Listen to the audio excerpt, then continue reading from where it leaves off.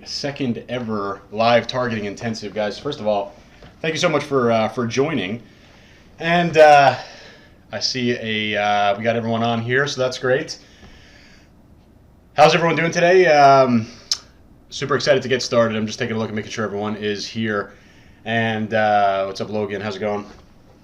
You guys have the question box in GoToWebinar. That's going to kind of act as the chat box. And I want to make sure that you guys are taking full advantage of that, okay? Rakesh, what's up, man? Nice to see you in here. Obviously, here's how this is going to go down. First 10, 20 minutes, I'm going to teach you the niche interest grouping strategy, okay? And I want to make sure that before we move on to the actual one-on-one targeting, I want to make sure every single person understands the targeting strategy, okay? So we're going to do the strategy. We'll work up to that point.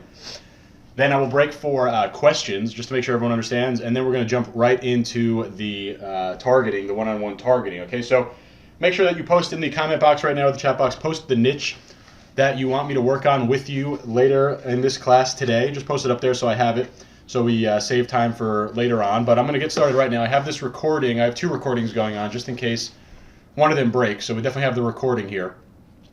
And we're going to get started right now. Again, just post your niche up in the question box here, just so we have it saved, because we're going to do the kind of the conceptual talk first, and then we're going to do the actual targeting after. So let me get this thing on the screen here, and this is what we're going to talk about right now, the niche interest grouping strategy, okay?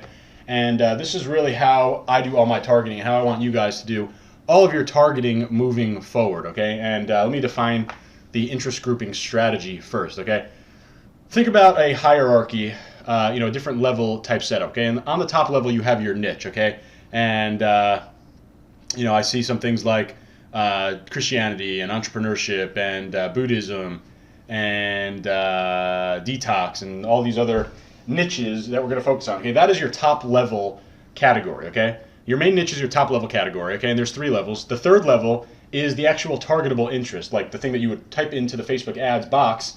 For example, for cats, maybe it would be a fan page that says, I love cats, right? But what we need to build, and what the interest group strategy is that intermediate level, that second level thing. So on top we have the niche, and on the bottom we have the interest, but in between we have an interest group. And basically an interest group is simply a subcategory within a niche, okay? And this is where that targeting PDF cheat sheet that I was talking about that you guys are all going to get, this is where this really comes into play, and I'm going to bring this up on the screen right now. So you would think that we have, let's just use the cat niche, right? Cats are the overall niche, and then these would be different interest groups that could be branched off of the cat niche. And in fact, I call this the cheat sheet because you're going to be able to build multiple interest groups, and you see 14 different interest groups on the screen here: associations, field of study, brands, equipment, types of niche, events, etc. You'll be able to build a handful of these, as many as possible, hopefully, for each niche. Okay, so this targeting cheat sheet is really going to be a huge asset for you to build out these interest groups for really any niche. Okay, and we're going to build some of them together later on today. So that's what an interest group is. Again, remember, it's basically subcategories of your niche. And if you're in the cat niche, going back to this PDF, basically you go to this PDF and you apply your niche to any of these, and that's what we're going to do later. So coffee, for example, are there magazines about coffee? Are there stores about coffee? Are there celebrities that are involved with coffee? Are there job titles that involve coffee? Are there websites, fan pages, TV, events, etc., right? You're going to ask yourself the question for each of these interest groups. Then we're going to go and basically build those out using a combination of Google and Facebook ads. Okay, and that's what the whole targeting strategy is all about. But we definitely need to think of everything on an interest group level, and that's that secondary level, that intermediate level on the hierarchy. Okay, so what's the process here? The process is there's 4 different steps, and I'm going to go through each of them here. First is identify the interest groups, obviously, and this cheat sheet is going to give you a leg up on your competition in terms of being able to identify interest groups very easily. Here are 14 ones that are pretty much going to apply for any single niche. Okay, not everyone will apply, but you'll find that most of these will. Okay, then we need to build the interest groups. That's actually taking the individual interests, right, and building them out. So again, going back to this PDF, for example, let's say we're going to build the cat magazine interest group. Well, then that's where we'd actually go ahead and find those individual interests, right, those third level of the hierarchy, those actual targetable interests that are inside of Facebook, okay? And don't worry, I'm going to show all this over the shoulder. So we'll build it, then we'll obviously test, and I'll go over a little testing process, and it's very important, I think, to do some very thorough tests, but at the same time, we don't want to be so thorough that we're spending thousands of dollars. So I'm going to outline that, and then, of course, we're going to categorize. It's basically just doing reporting and figuring out what works and what doesn't. So let's start with identifying interest groups, okay?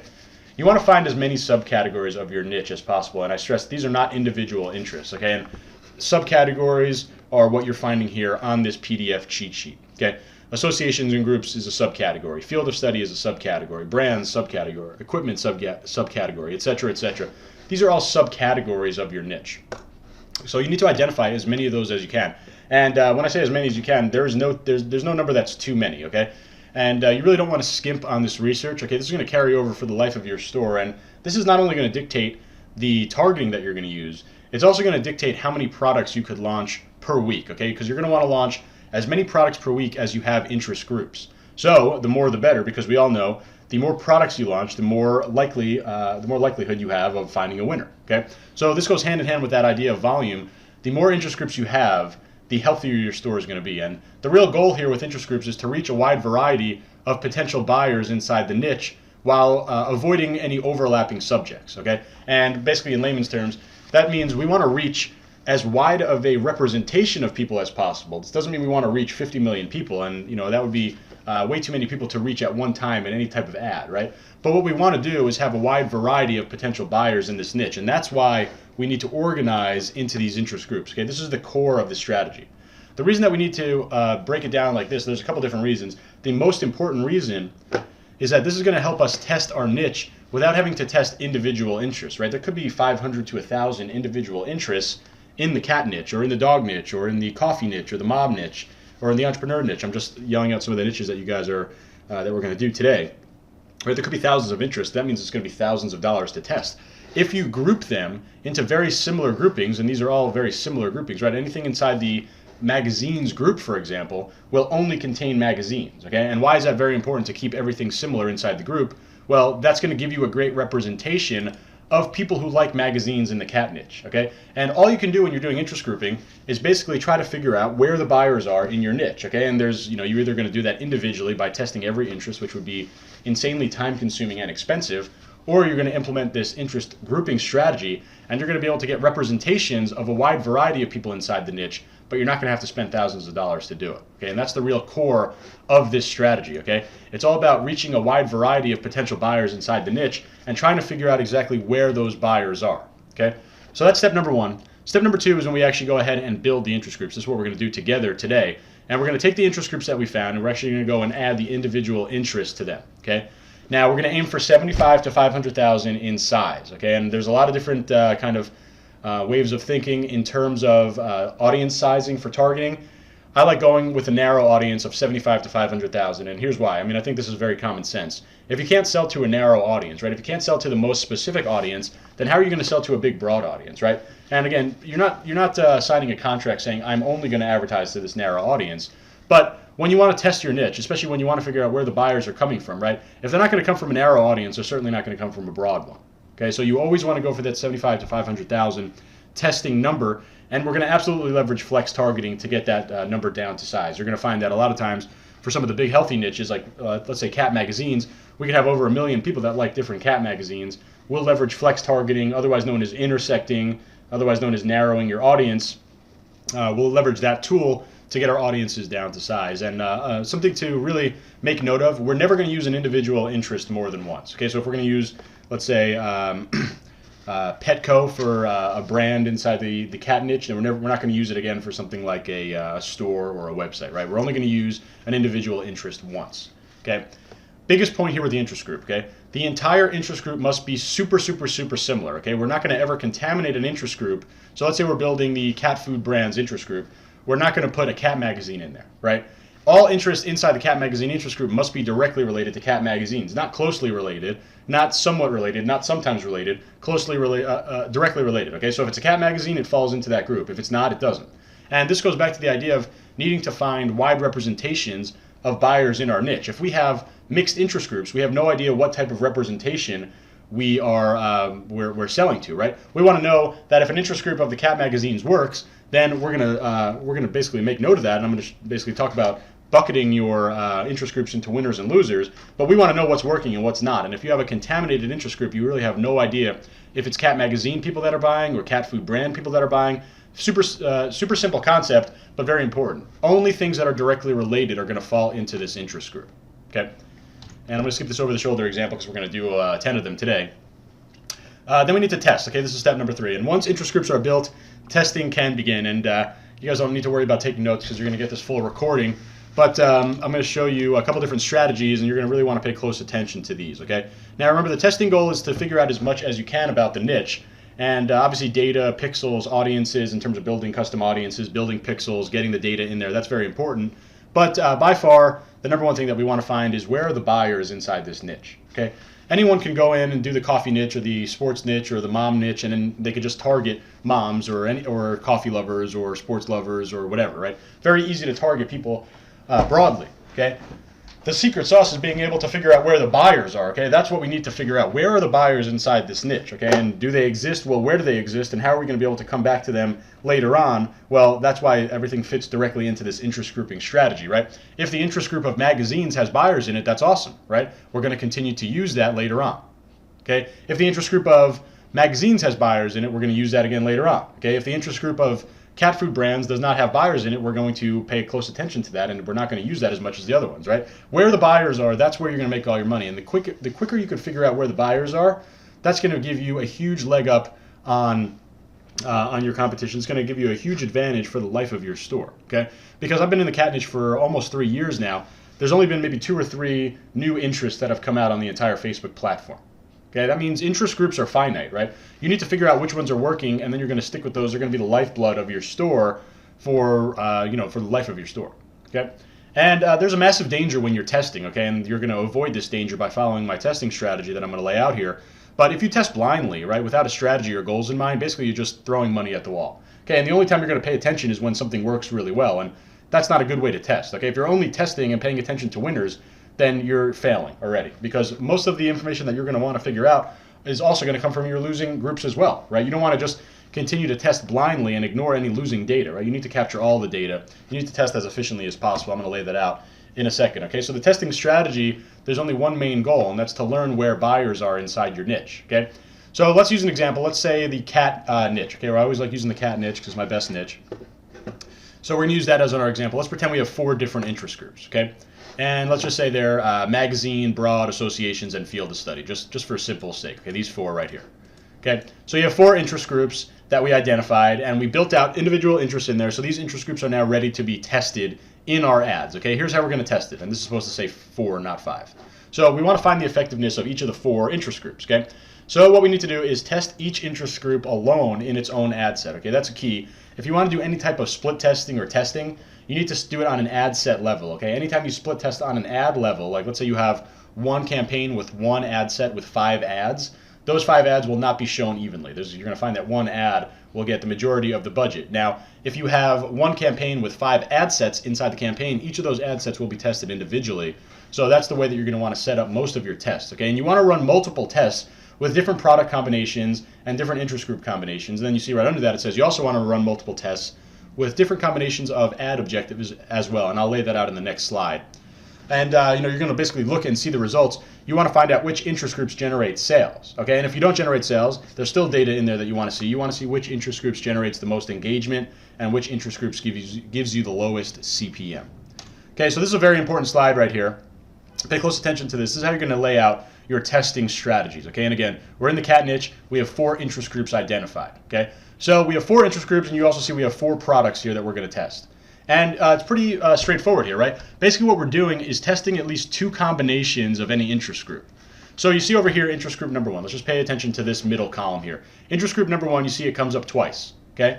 Interest group number 1 is being promoted with product 1 using a website conversion ad. And interest group number 1 is also being tested with a totally different product using a totally different ad objective, okay? And the goal here is that we want to have different tests to provide more data to make better decisions, okay? We're not just going to say, okay, I'm going to test one product with 10 interest groups only using website conversion. There's a big flaw to that test because you don't know if it's just simply the ad objective that sucks. You don't know if it's the product that sucks, right? As long as we're doing these types of wide tests right here, we're going to have wide representations of data, which is great, right? We're not going to fall into a trap of saying, we're going to basically jump to conclusions just because product 1 is terrible, right? We're only leveraging product 1 with interest group number 1 with website conversion in one scenario. Okay, so you see there's only 8 scenarios here, but we're going to get a ton of data, right? We're going to figure out all about 4 products. We're going to figure out all about 4 interest groups, and we're going to figure all about 2 different ad objectives. And these are my 2 best ad objectives, website conversion and video ads. Okay, so again, this is a super important slide right here. This is how you're going to make up your tests. And like I said from the beginning, we want to test a wide variety of buyers inside this niche. And in this case, we're testing 4 different potential buying groups, right? Interest group 1, 2, 3, and 4. But we're taking that a step further. We're not only testing those groups, we're testing them with 2 different products and 2 different ad objectives. So we can be very confident with the data that we come out of these tests. We're not just doing a random test here. We're doing a very defined, organized test. And the data that we come out, we should have a high level of confidence with. Okay. Some testing guidelines. Okay. Website conversion photo post. That's that 1200 by 1200 image.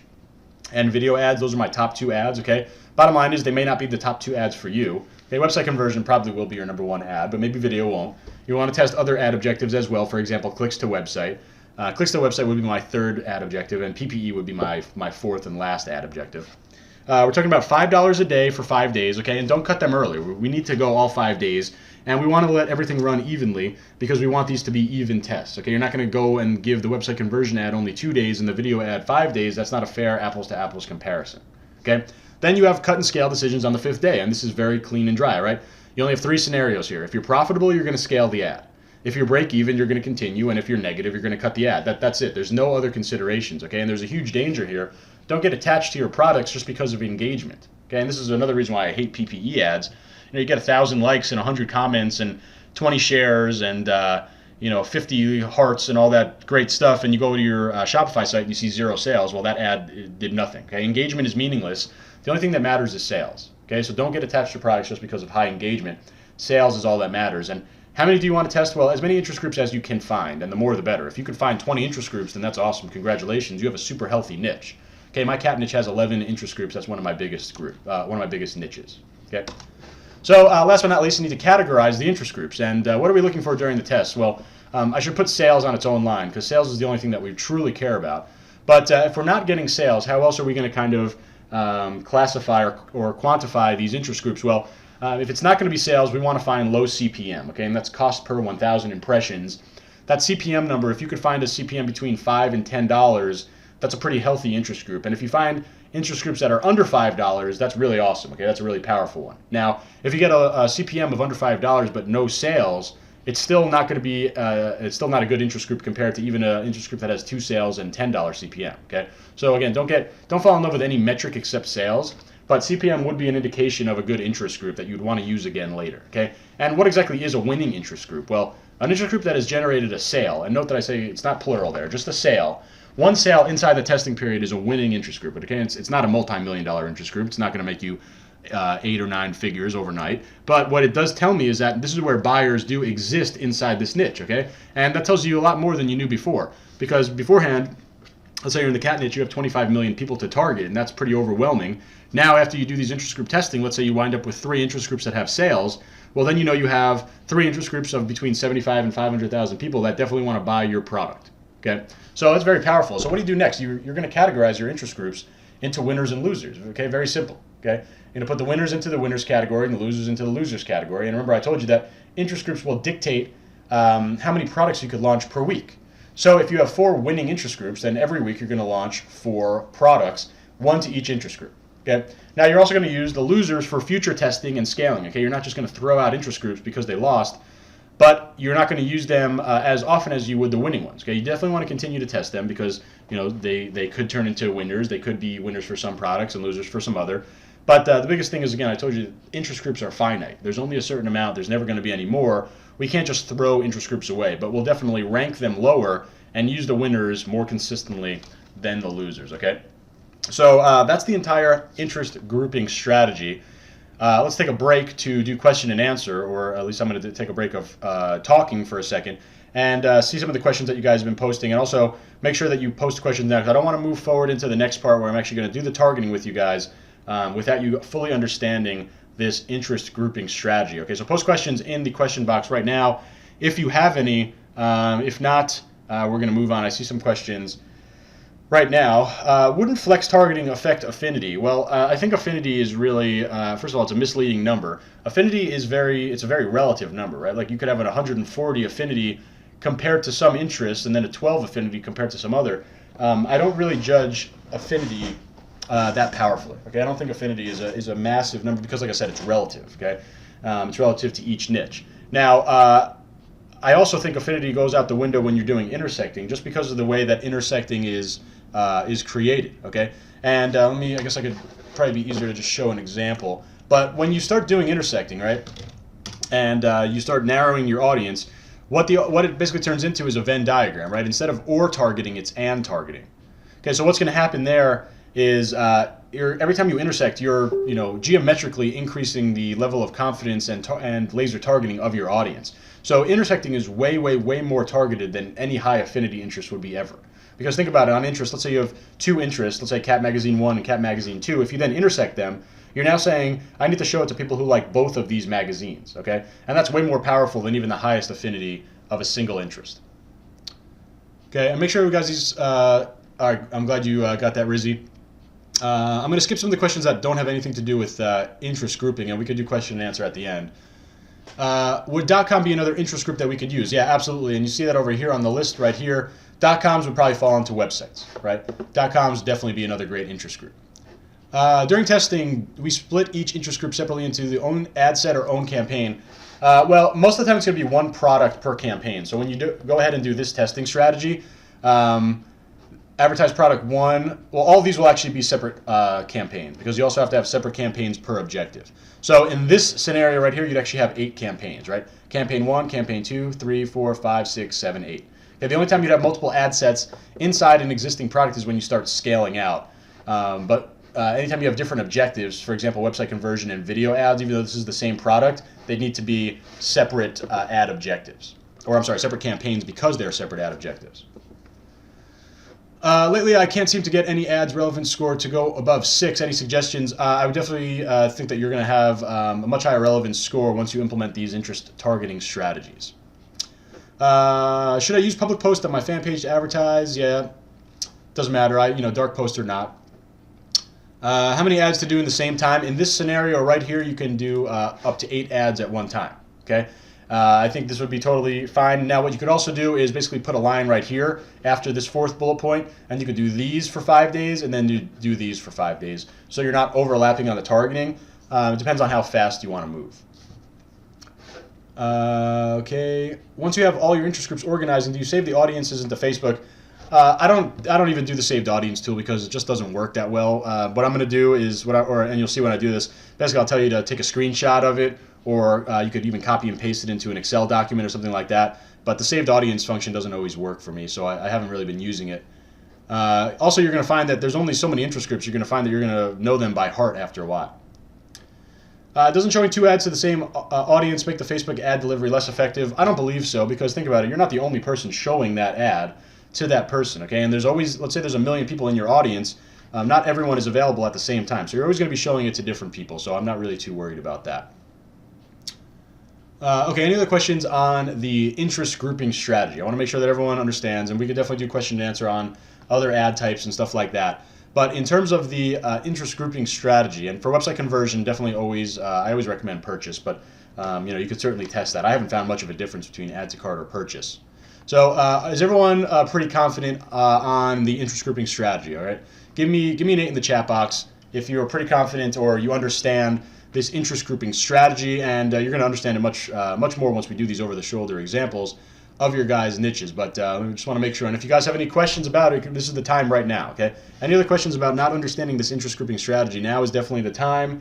I don't want to move on until we have everyone understanding. All right, looks like everyone's good here. Save your questions in terms of anything that's outside of this interest grouping. I'll definitely do question and answer at the end. But I want to really focus on the interest group strategy. I mean, this is so important, guys. This is really the, in my opinion, the best way to target the, not only just my opinion, my results speak for it, my students' results speak for it. This is how not only you're going to get effective targeting, you're going to have effective organization and consistency in your business. Because like I said, these interest groups are not going anywhere.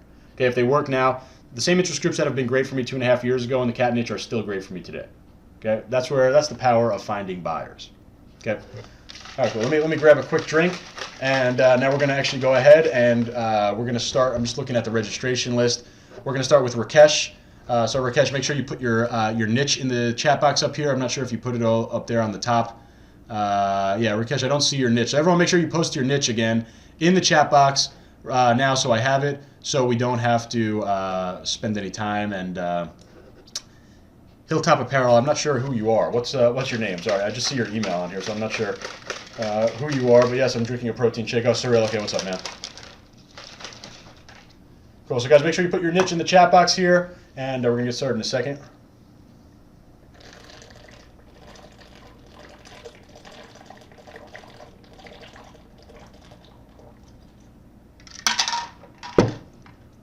All right. Great. So, starting off with Rakesh, and he wants to do Christianity as his niche. Okay, and that's a great one. Obviously, Christianity. I mean, I don't need to tell anyone how passionate those people are. So that's great. And here's the process for every single niche. Okay, I don't care if it's your whatever niche it is. This is where you're going to start from here on out. You're going to look at this targeting cheat sheet, and this is kind of going to be I think just a massive lifetime asset for you guys. Okay, you're going to come here and you could build any niche off of these 14 interest groups. And I think another thing I should put here in like big capital letters is keep your eyes open. Okay, you're going to see it right now as we go through these interest groups. You're going to find that a lot of the times we're going to figure out more interest groups to build just by keeping our eyes open on the suggestions that Facebook provides. And it's really easy to do this because of Facebook's suggestions. They're so powerful. Okay, and you're going to see that in action right now. I'm just bringing up my ads account. And for any of this research and building of these interest groups, I don't even use Audience Insights. Okay, Audience Insights I don't really like. I like using it to figure out the size of the niche very quickly, but I'm going to always go inside of an actual Facebook ad. Right here, my ads account, I'm just going to click Create Ad, and I'm not even going to pay attention to what I click here. I don't care. I'm just going to basically go to the next section here. I just want to be on this section right here. This is where I'm going to do all of my target in my interest grouping building. Okay, right inside this box. And the reason is, you see right here suggestions, and I was just doing the cow niche. It's got lots of great suggestions in here. So with that being said, we're going to start with the Christianity niche, okay? And this is going to be a great learning opportunity for everyone, whether you care about the Christianity niche or not, because this is the process that we're going to do 10 times over. So we got this going on over here, and we're going to look right over here, Christianity niche. Let's just start right on the top with associations. Are there associations or groups regarding Christianity? I mean, this is an obvious perfect match, right? There are massive groups like that. And also, I think it will be helpful for everyone. Feel free to kind of post in the question box kind of your where you would go as well, right? I want to kind of hear your guys' thinking, what you guys are kind of thinking in your minds in terms of where to go, right? But associations and groups, when I look at that with Christianity, it's an obvious match right off the forefront, because think about all the different megachurches that are out there, right? Or different denominations of Christianity, right? I mean, there could be tons of different ways to classify this in terms of associations and groups, okay? So that's great. Field of study, right? That could work as well, right? There is like the theological field of study, okay? Brands. How about any brands that are related to Christianity, right? And Bible study as well, for sure. There's equipment, not so sure. How about types of niche? And this you replace niche with the actual niche name. So types of Christianity, well, this works perfectly, obviously. I already mentioned that, right? Like different denominations, okay? So that would work perfectly. How about events? I bet you there's definitely big events like conferences, conventions about Christianity, okay? And maybe you don't know what those are, but I guarantee you Google knows what they are, so we'll figure that out. Okay, TV and movies, fan pages, websites, right? Any of these can be great places to start, okay? So let's start with the associations and groups, and remember, keep your eyes open. We're going to leverage 2 web pages here. We're going to leverage Facebook ads, and we're going to leverage Google. Okay, and we're going to just type in Christianity associations. Okay, I mean, this is not rocket science at all. We're just literally going to Google, and we're going to see what comes up. Okay, and I only need a couple of these organizations or associations to start seeding them into Facebook, and we're going to go over here, American Association of Christian Counselors. Okay, I'm going to move this over here, and we're going to see if it comes up here, American Association of,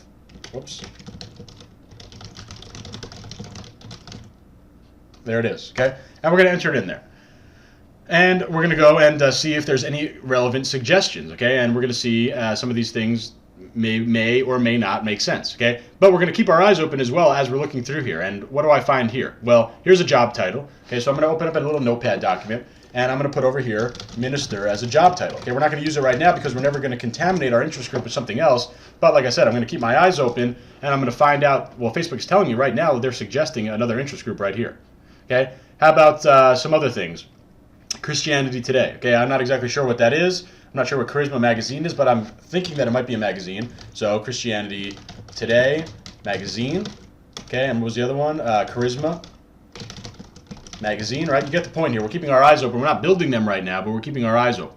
Okay, we're going to just keep going through here and taking a look at some of the other things that are on here. Now, I don't see any other great suggestions about association, so I'm going back to my Google page, and I'm going to take a look at the next one, okay? National Association of Congregational Christian Churches. Let's try that one, okay? National Association of, what was it? Of Congregational, okay, so it's not on here. How about Christian Association for Psychological Studies? And I'm just taking a look at what's on Google. American Association of Christian Schools. And you can see that not all of these are on here, obviously. So that will tell us that it might not be necessarily a healthy interest group, because I've gone through, and on the first page of Google, so far the only one that has shown up is the first one. Okay, so that tells me that maybe Christianity associations isn't the right way to go, but that's okay. Just during this process, I figured out other interest groups to build. Okay, so, and also going back to this PDF again, I think that associations and groups, in this case, we could also think of mega churches as being groups, right? So again, we can go to Google. We come over here and we type in biggest Christian churches, okay? And we see what comes up, and they got these are some local ones, but see top 100 churches in America, or largest Christian denominations by number of members. We could take a look at that and kind of see, oh, these are the, okay, so here's another great thing, right? This will be used for the types of niche, right? Here's types of Christianity, okay? So we could even put this onto our document because we want to save this for later on, right? Again, we're keeping our eyes open as we do this research, and I want to see a list of 15 biggest mega churches. Okay, this is perfect. So I'm going to take this, and I'm going to start entering in some of these into the interest group. Okay, so Lakewood Church, right? That's Joel Osteen. Obviously, that's really big. We're going to put that in here, Lakewood Church. Okay, and 3.5 million people. We're going to enter it in. Don't worry about the size right now. We're going to get it down. But look what happens automatically, right? Look at all these great suggestions. Okay, more churches. So, and again, we're putting everything similar inside here, okay? And here's something else, okay? Now here is a TV network, okay? Christian Broadcasting Network. Okay, so we had the TV interest group. That could be Christian Broadcasting Network, okay? But we want to go and put in more mega churches in here. And we could put this one in, and this one in, and this one in. Again, it's just giving us more recommendations right now. Okay, we can go back to this list, see what else is in there. Second Baptist Church, let's put that in there. Second Baptist Church, we already have it. North Point Community, do we have that one? Yeah, North Point Community. So you see how great these, you see how great these recommendations are, right? Willow Creek Community Church, we got that in there. So it already found really the biggest ones automatically for us. West Angeles Cathedral, let's add that. We have that. Okay, Saddlebrook Church. Oh, Saddleback, sorry. Okay, and as you enter more, they give you more recommendations. Just scroll through down and see if there's any more. Over here, okay, here's another one. Okay, another one. And any of these recommendations, I don't care what they are, as long as they're similar, I'm going to be using them, okay? So Joe Marr says, would you include all the churches, even though I'm over 2 million people? Yes, absolutely. I want to add every single church that I could find on here that they're suggesting to me, or that I'm finding on this list of big churches, okay? And now small churches that are like 10, 20,000, you know, you don't necessarily have to do that.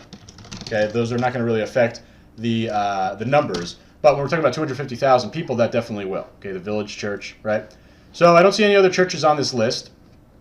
But I did just find another magazine here, right? Relevant magazine. And actually now, keep my eyes open again. Here's another interest group, right? Matt Chandler is a pastor, so this might be under celebrities / pastors. Okay, and Matt Chandler would be one. Okay, so we already have, let's see, 1, 2, 3, 4, 5, 6 interest groups that we can build.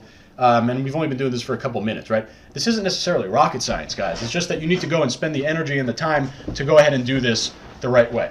So to Joe Marr's question, why would I continue adding if my maximum size is 500,000? Well, this is where I'm going to leverage flex targeting, otherwise known as narrow audience right here, okay? So you press the narrow audience button, then you find the largest interest here in terms of size, okay? And it's this 3 million one, Lakewood Church. So I'm going to remove this from the first box, and I'm going to add it to the second box. And we went from 3.5 million all the way down to 130,000 people. And this is a great audience. And this is to that question about affinity before.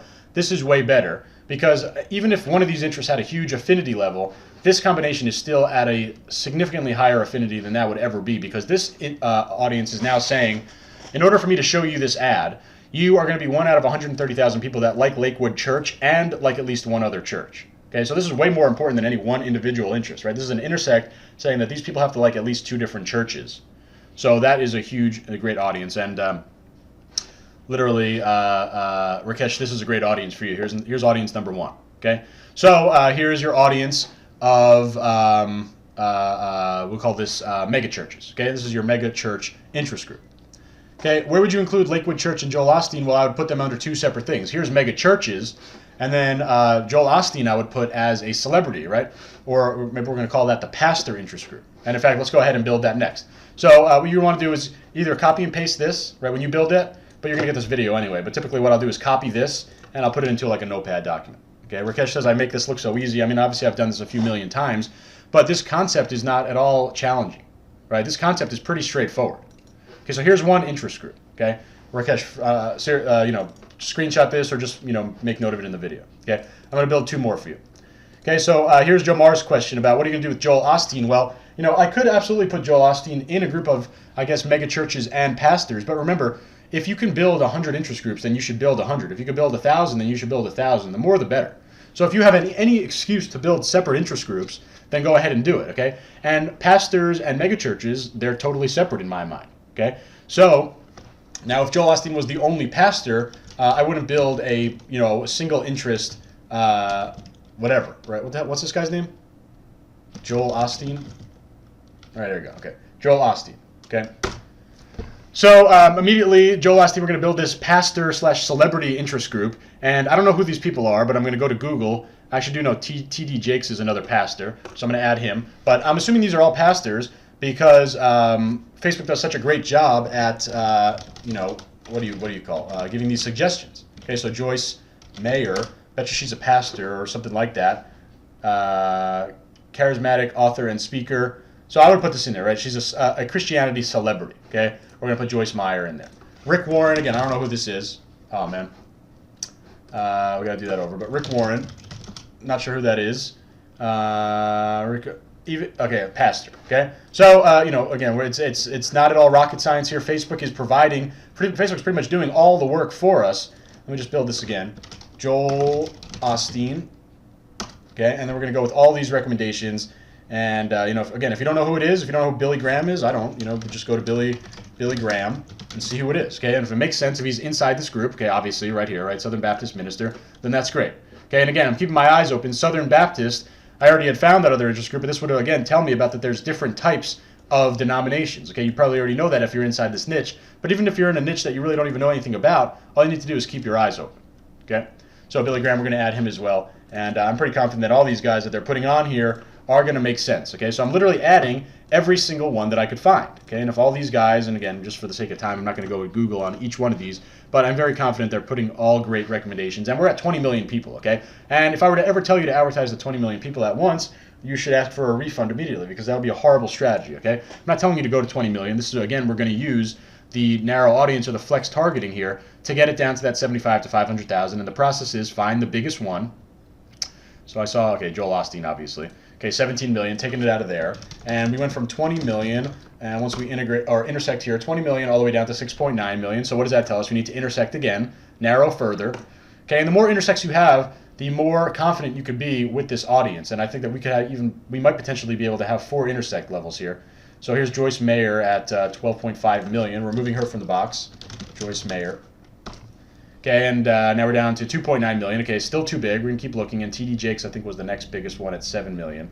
So I'm going to remove him. Add another intersect here. T.D. Jakes.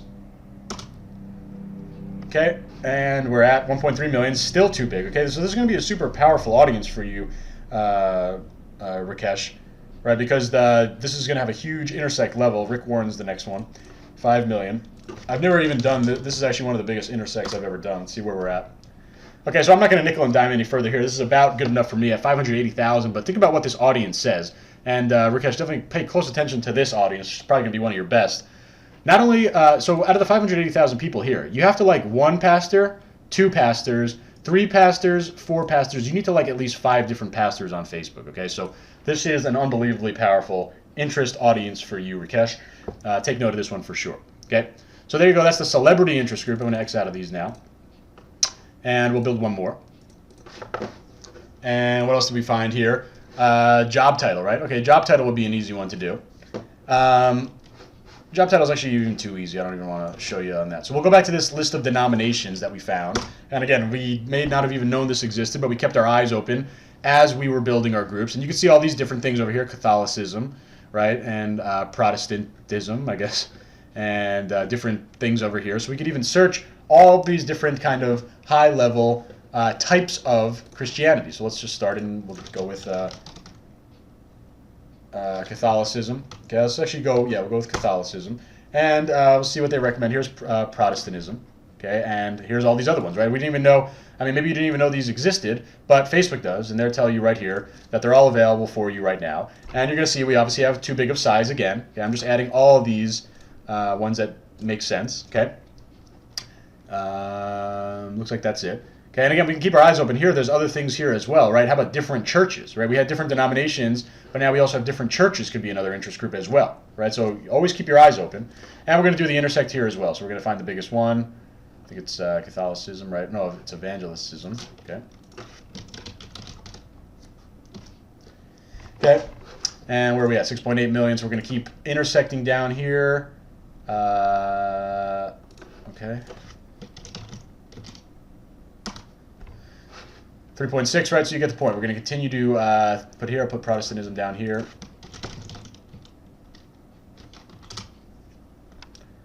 .2, right? So we're going to have another deep intersect here. Let me just finish this one off. Catholicism.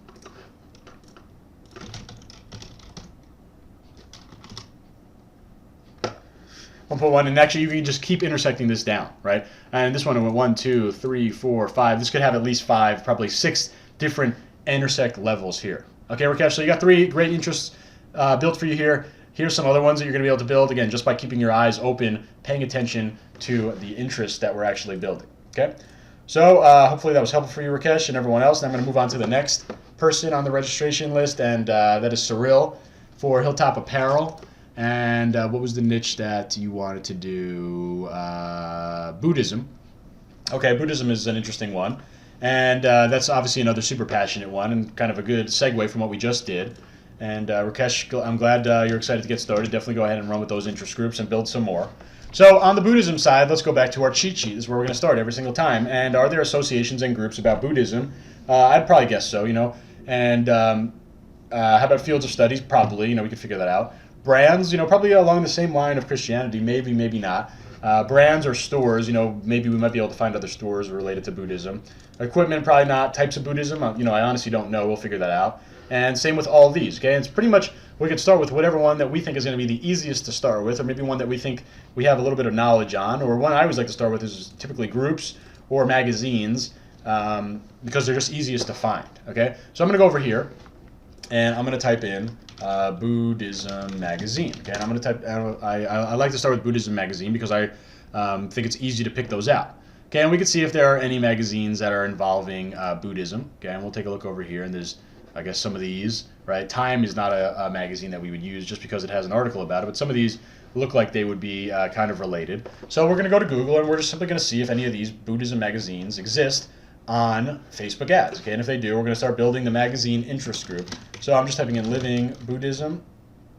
Okay, I don't see that. And Buddhism Today. Okay, nothing. Buddhism magazine. Okay, so I don't see any coming up, and that's okay. Not every interest group will work. So we're going to go back to our list if magazines didn't work. How about associations? So we're going to type in, go to Google, and we'll type in Buddhism associations. We can also type in Buddhism groups, and we're going to see what comes up. Okay, so we have some things to start putting in here, okay? Buddhist studies, Buddhist association, more Buddhist associations, Canadian Buddhist, World Fellowship of Buddhists. So it looks like the associations one might be a good one to start with. So I'm going to start seeding Facebook ads with some of these interests. Okay, how about secular Buddhist Association? Okay, nothing. International Association of Buddhist. Okay. Nothing there either. Dharma Drum Buddhists. Dharma Drum Mountain. Okay, there we go. So Dharma Drum Mountain is one. This is an association for Buddhists. And you see that we got some good recommendations down here. And, you know, this is probably a little bit more challenging of a niche to build if you don't kind of know anything about it. So I'm going to leverage Google for some of these things, like Zhu Qi. I have no idea what that is. Okay, we're going to figure it out. Compassion Relief Foundation. Okay, so it's an organization. Okay, great. So we're looking for organizations and associations. So Facebook gave us a great recommendation right there. And how about we type in Fo Gang Shan and see what that is? Okay, and Fo Gang Shan is an international Chinese Buddhist movement. Okay, so great. Another association for this niche. And we're going to do the same thing for all these. Okay, Buddha Memorial Center. I'm not sure what that is. Buddha Memorial Center. Memorial Center is Buddhist culture related. So this is a complex, okay? So this would be an actual location. This might be something like a, you know, I don't think mega churches would be the right word, but something similar to that. So this wouldn't fall into the association group here. Let's try what Yaguando is.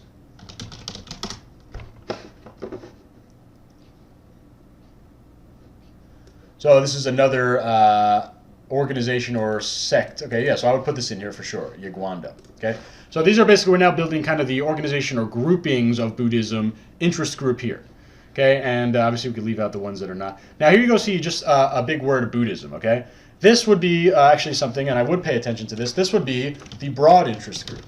Broad interest group is literally just, you know, the 1 or 2 word basic broad interest of that niche. Okay, and we would check that out as another interest group to pay attention to later on. Okay, we're scrolling through here. Here's another one, Buddhist Light International Association. We're looking for association, so we got it right there.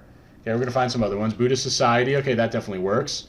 Buddhist Society, right? Enlightenment in Buddhism. I don't think that's a society, but that's probably like a fan page. Okay, so we might want to put that in there in terms of a list. Young Buddhist Society. Check that out as a fan page. Let's see.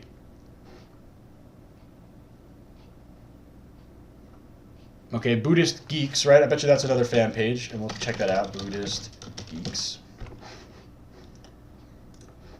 So Buddhist Geeks is a website. Okay, so this would fall into like the website category for sure. Okay, Buddhist Geeks. So we're going to take note of that. Okay, Buddhist. This would be a website.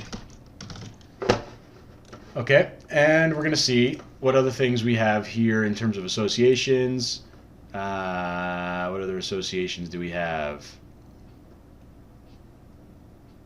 Communities.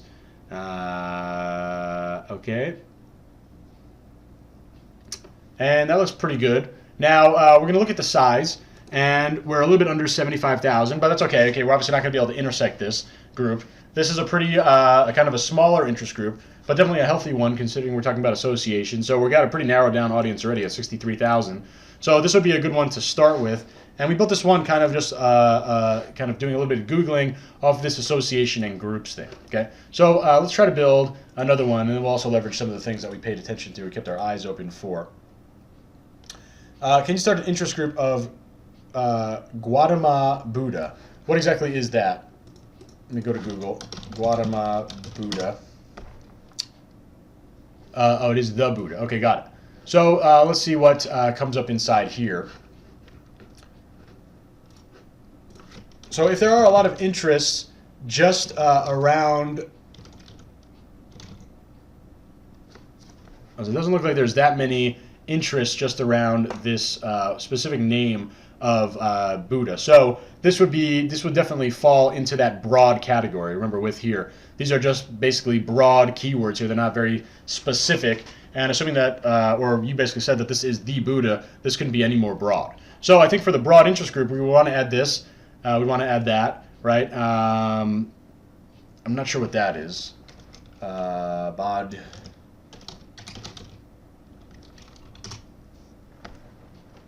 A person who's able to reach nirvana. Okay, I think that would fall into the broad, right? Looks to be about it. So the broad one is obviously going to be really huge in terms of size. So we need to leverage intersecting here. So we're taking the big one out, Buddhism, and we're going to bring it into the next. Now, a lot of times with the broad niche, you're going to find that it's definitely oversized still, and that's totally okay. I'm not sure if we're going to be able to get this down any further. I'll try this one more time. Where is this? Quad. Okay. And 320,000 is pretty damn good for a broad interest group. 320,000. I'm pretty surprised that we're able to get it down this low. So here's a great interest grouping for the broad interest group. Okay, and this is going to be a nice selection of 320,000 people that have to like Buddhism and Buddha and at least one of these other Buddha-related terms. Okay, so very, very powerful two interest groups here on the broad side of things. Let's go back to our little notepad that I was building.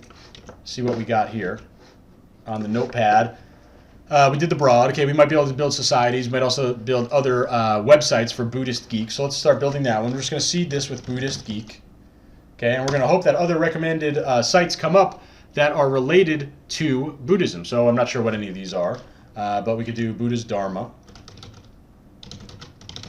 Okay, and if these are other kind of like website / community sites, then we would want to go in here. Okay, this doesn't look like this is a website or anything like that. Okay, this could be an interesting one. Shambhala Publications. Okay.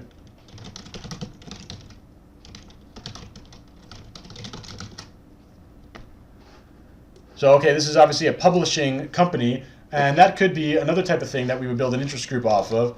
TV, movies, books, and we could start with Shambhala Publications. Okay, so again, we're just keeping our eyes open. We're going to be able to build multiple interest groups. We're going to probably end up with at least 5 for this this niche. Seeing what other things we could obviously go into Google Buddha websites, Buddhism websites, and see what comes up here. Tiny Buddha, there you go. BuddhaNet, right? We can see if those are up there. The Buddhist Society. We'll see if any of these websites are up there.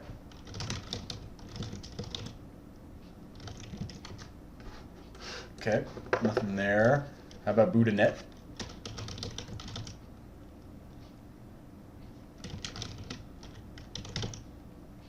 Okay, Tiny Buddha.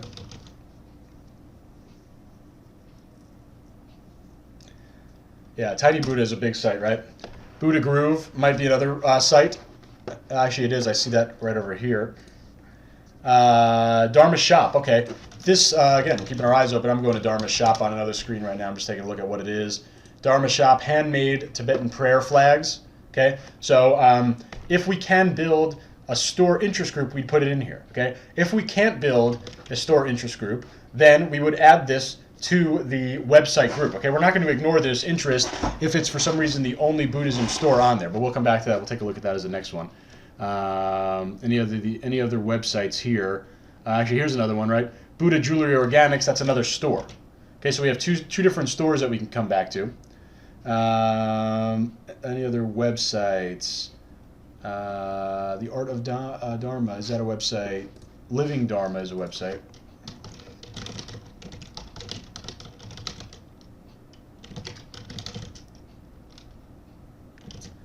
Okay, it looks like that's it for the websites here. And we're going to want to intersect, obviously take the big one out, Tiny Buddha, take that out. We might not be able to intersect here depending on the size. I think this would work, Tiny Buddha. Okay, so we went from 770,000 down to 84,000. Again, on the lower side, so we have a very narrowed audience there for sure. So there's a third interest group, right? What was the... yeah, we did groups, we did types of, and we did... I'm sorry, we did groups, we did broad, and we did this one. Let me see if I can build the store one real quick. And that was over here. What was the store that we looked at? I forgot. A Dharma Shop. Okay. So Dharma Shop, putting that in there. We're going to see what other stores come up. Okay, we're not going to use Tiny Buddha because we used it before, but here's another one. Okay, and we could check any of these, like Energy Muse Jewelry, right? If that has to do with this, I'm going to go to Google Energy Muse Jewelry. Handmade crystal jewelry. I think that this would be close enough, for sure, in terms of thinking about what types of customers would probably be going to a place like that, right? Blooming Lotus, I think we could do the same thing. Mala Collective, check that out on Google. Yep, same type of thing. So I'm putting that in there as well. Where'd it go? Mala Collective. Okay, and I'm going to do another search on Google Buddhism stores. Okay, I'm just taking a look at this search. And we have Buddha Groove. Do we see Buddha Groove on this list? Yep, right here. And Tibetan Spirit. Do we see that on here? Nope. And then Eye of Buddha. Nope. And Monastery. All right, so I think that's it for the things. And we're at 540,000. I wouldn't even intersect here because we're right at our size here. So there we go.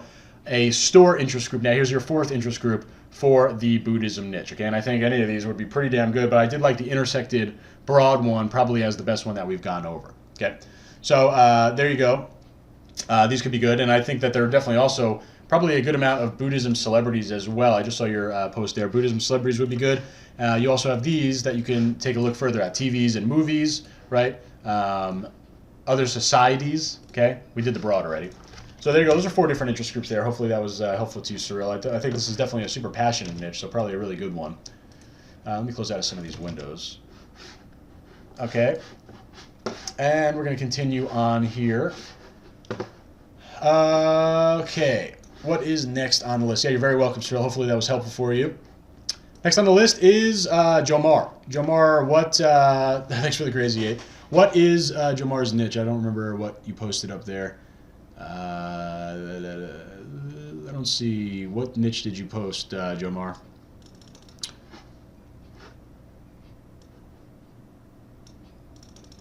Okay. Okay, so Jomar's actually doing Christianity as well. Do you want to do a... I could build more interest groups for that niche, or I could do something else. What do you... what would you prefer in terms of that? I think we already built, what, 3 interest groups on the Christianity side. So maybe you have a secondary niche you want to look at, or we could build more. Let me know. Post in the comment box. I'll come back to that. So Ben is next. Ben, what is your niche? Oh, okay, I see. What do I think is a better choice, camping or homemade craft? I think without a doubt camping is definitely the much, much better niche. I mean, homemade crafts I wouldn't necessarily say is a very defined niche for Facebook ads, okay? So we're going to go ahead and do that.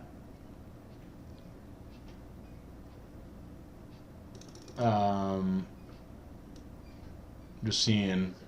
All right, so we're going to do camping. All right, Ben? Sound good? Just give me a quick note in here to make sure that we're good. So we're going to do camping next. And Jomar, let me know what you want to do in terms of more Christianity or another niche. But we're going to do Ben's niche now of camping, okay? And camping is a great niche. Is actually one of the niches that I have a pretty good store at.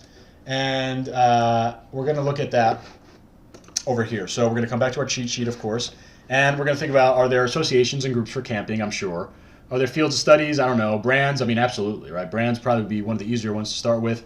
Stores, definitely. Broad, definitely. Magazines, without a doubt. TV, movies, yes. Fan pages, yes. Websites, yes, right? Almost all of these are going to apply for a really healthy niche like camping, okay? So, Ben, we're going to start the camping niche here.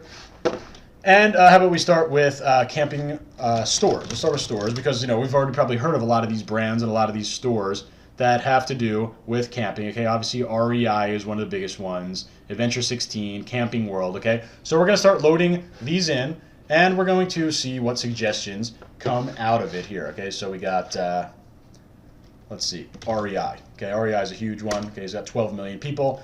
And right off the bat, they've given us a lot of different recommendations in terms of outdoor/camping brands. Okay, obviously the North Face. Okay, actually, you know what? I'm going to remove this. So I'm going to consider REI to be a store, and I'm going to keep store as one interest group, and I'm going to put brands as a separate interest group, because the fact is I want to get as many interest groups as possible, okay? So backcountry.com is a store, okay? Cabela's is a store. Bass Pro Shops is a store, okay? Gander Mountain is a store. Sportsman Warehouse. You get the point here. We're putting stores here. Now, Dick's Sporting Goods, Sports Authority, sure, they're stores. They're not necessarily, stores that are very, very targeted towards camping or outdoors. So I'm going to leave those off the list, okay? So Mossy Oak, this is a brand. Okay, so again, stores are going to be different than brands. REI is a store and a brand, but I'm going to put it into the store here. Okay, and it looks like we got all the other stores. Let's see what Outdoor Channel is. Outdoor Channel TV. Okay, so again, keeping our eyes open, TV and movies, Outdoor Channel. Okay, that's going to be one that we'll come back to. And let's see if there are any other brands that are out here. I'm sorry, we're looking for stores, not brands, right? Patagonia is another brand, so obviously we'll have brands. And we saw North Face, Patagonia, okay? And here's Broad. Actually, you see the Broad right here, camping. It was down here, I believe, camping. Okay, so we have Broad that we could also do later on. Okay, so it looks like we got all the stores here. Now, 14 million, too big, narrow audience, right? I might sound like a broken record here, but this is literally what you're going to do for every single niche. Taking out the biggest interest, and you're going to put it into the next box, going from 12 million down to 1.4 million. So we still got a little bit of room here. What's the next? I think it's, oh no, it's Bass Pro Shops. So we're removing that. Okay, Bass Pro Shops. So we started at 12 million, and now we're down all the way to 560,000. I'm good here. I'm not going to nickel and dime.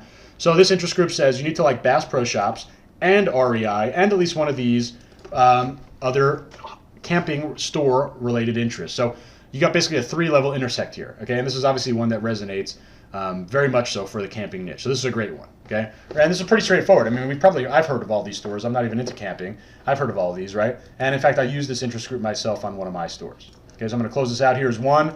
Let's go back to that targeting cheat sheet. Okay, and we did stores, right? And at the same time, we were able to very easily pick out brands, so we might as well just go ahead and build that brand as well, right? Remember, we did this little notepad, and we said that North Face and Patagonia were coming up, so let's just put those back in, North Face. Okay, and I bet you Patagonia, there it is, literally the next one, okay? And we'll add some other brands here, okay? Columbia Sportswear, Mountain Hardwear, I think we put that as a store. Jack Wolfskin, I don't know what that is, but it sounds like a brand, okay? Jack Wolfskin. Okay, clothing and footwear, outdoor apparel, so we'll put that in there. Marmot, same thing. Black Diamond Equipment, not sure what that is, so we'll figure it out. Black Diamond Equipment. Okay, and we'll see what this is. Climbing, hiking. So here's another brand. Okay. Okay, and Camelback is a brand. I think Osprey is as well. Yep. Okay, and obviously a lot of different outdoor-related brands here. Okay, and Coleman USA is obviously another one. And we can go through all these, see what Low Alpine is. Backpacking Company, outdoor equipment manufacturer. Okay, another brand. Okay, let's see what this Arc'teryx is. Clothing, outdoor clothing brand. Okay, great. And let's take a look at one more. Petzl. Equipment for alpinism and climbing. Great. Okay. Another brand. So there we go. And where are we at? 8.1 million. You already know what to do. We're going to find the next biggest audience, and that's the 11 million at North Face. We're moving that here and putting it into this next box. Okay, 8 million all the way down to 1.1 million. Let's find the next biggest one. 2 million at Columbia Sportswear.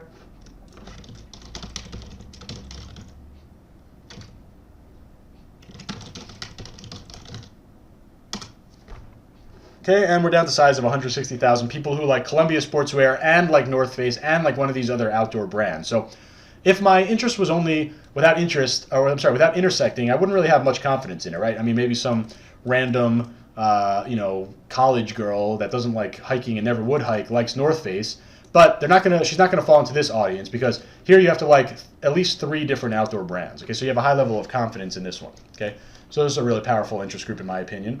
Let's build one more for the outdoor niche. Let's go back to our cheat sheet. Okay, and we did, how about fan pages? Okay, fan pages is always a really passionate one. And I always like doing fan pages because it's super easy to do. And I literally just type in the words, I love hunting. Okay, I'm sorry, I love camping.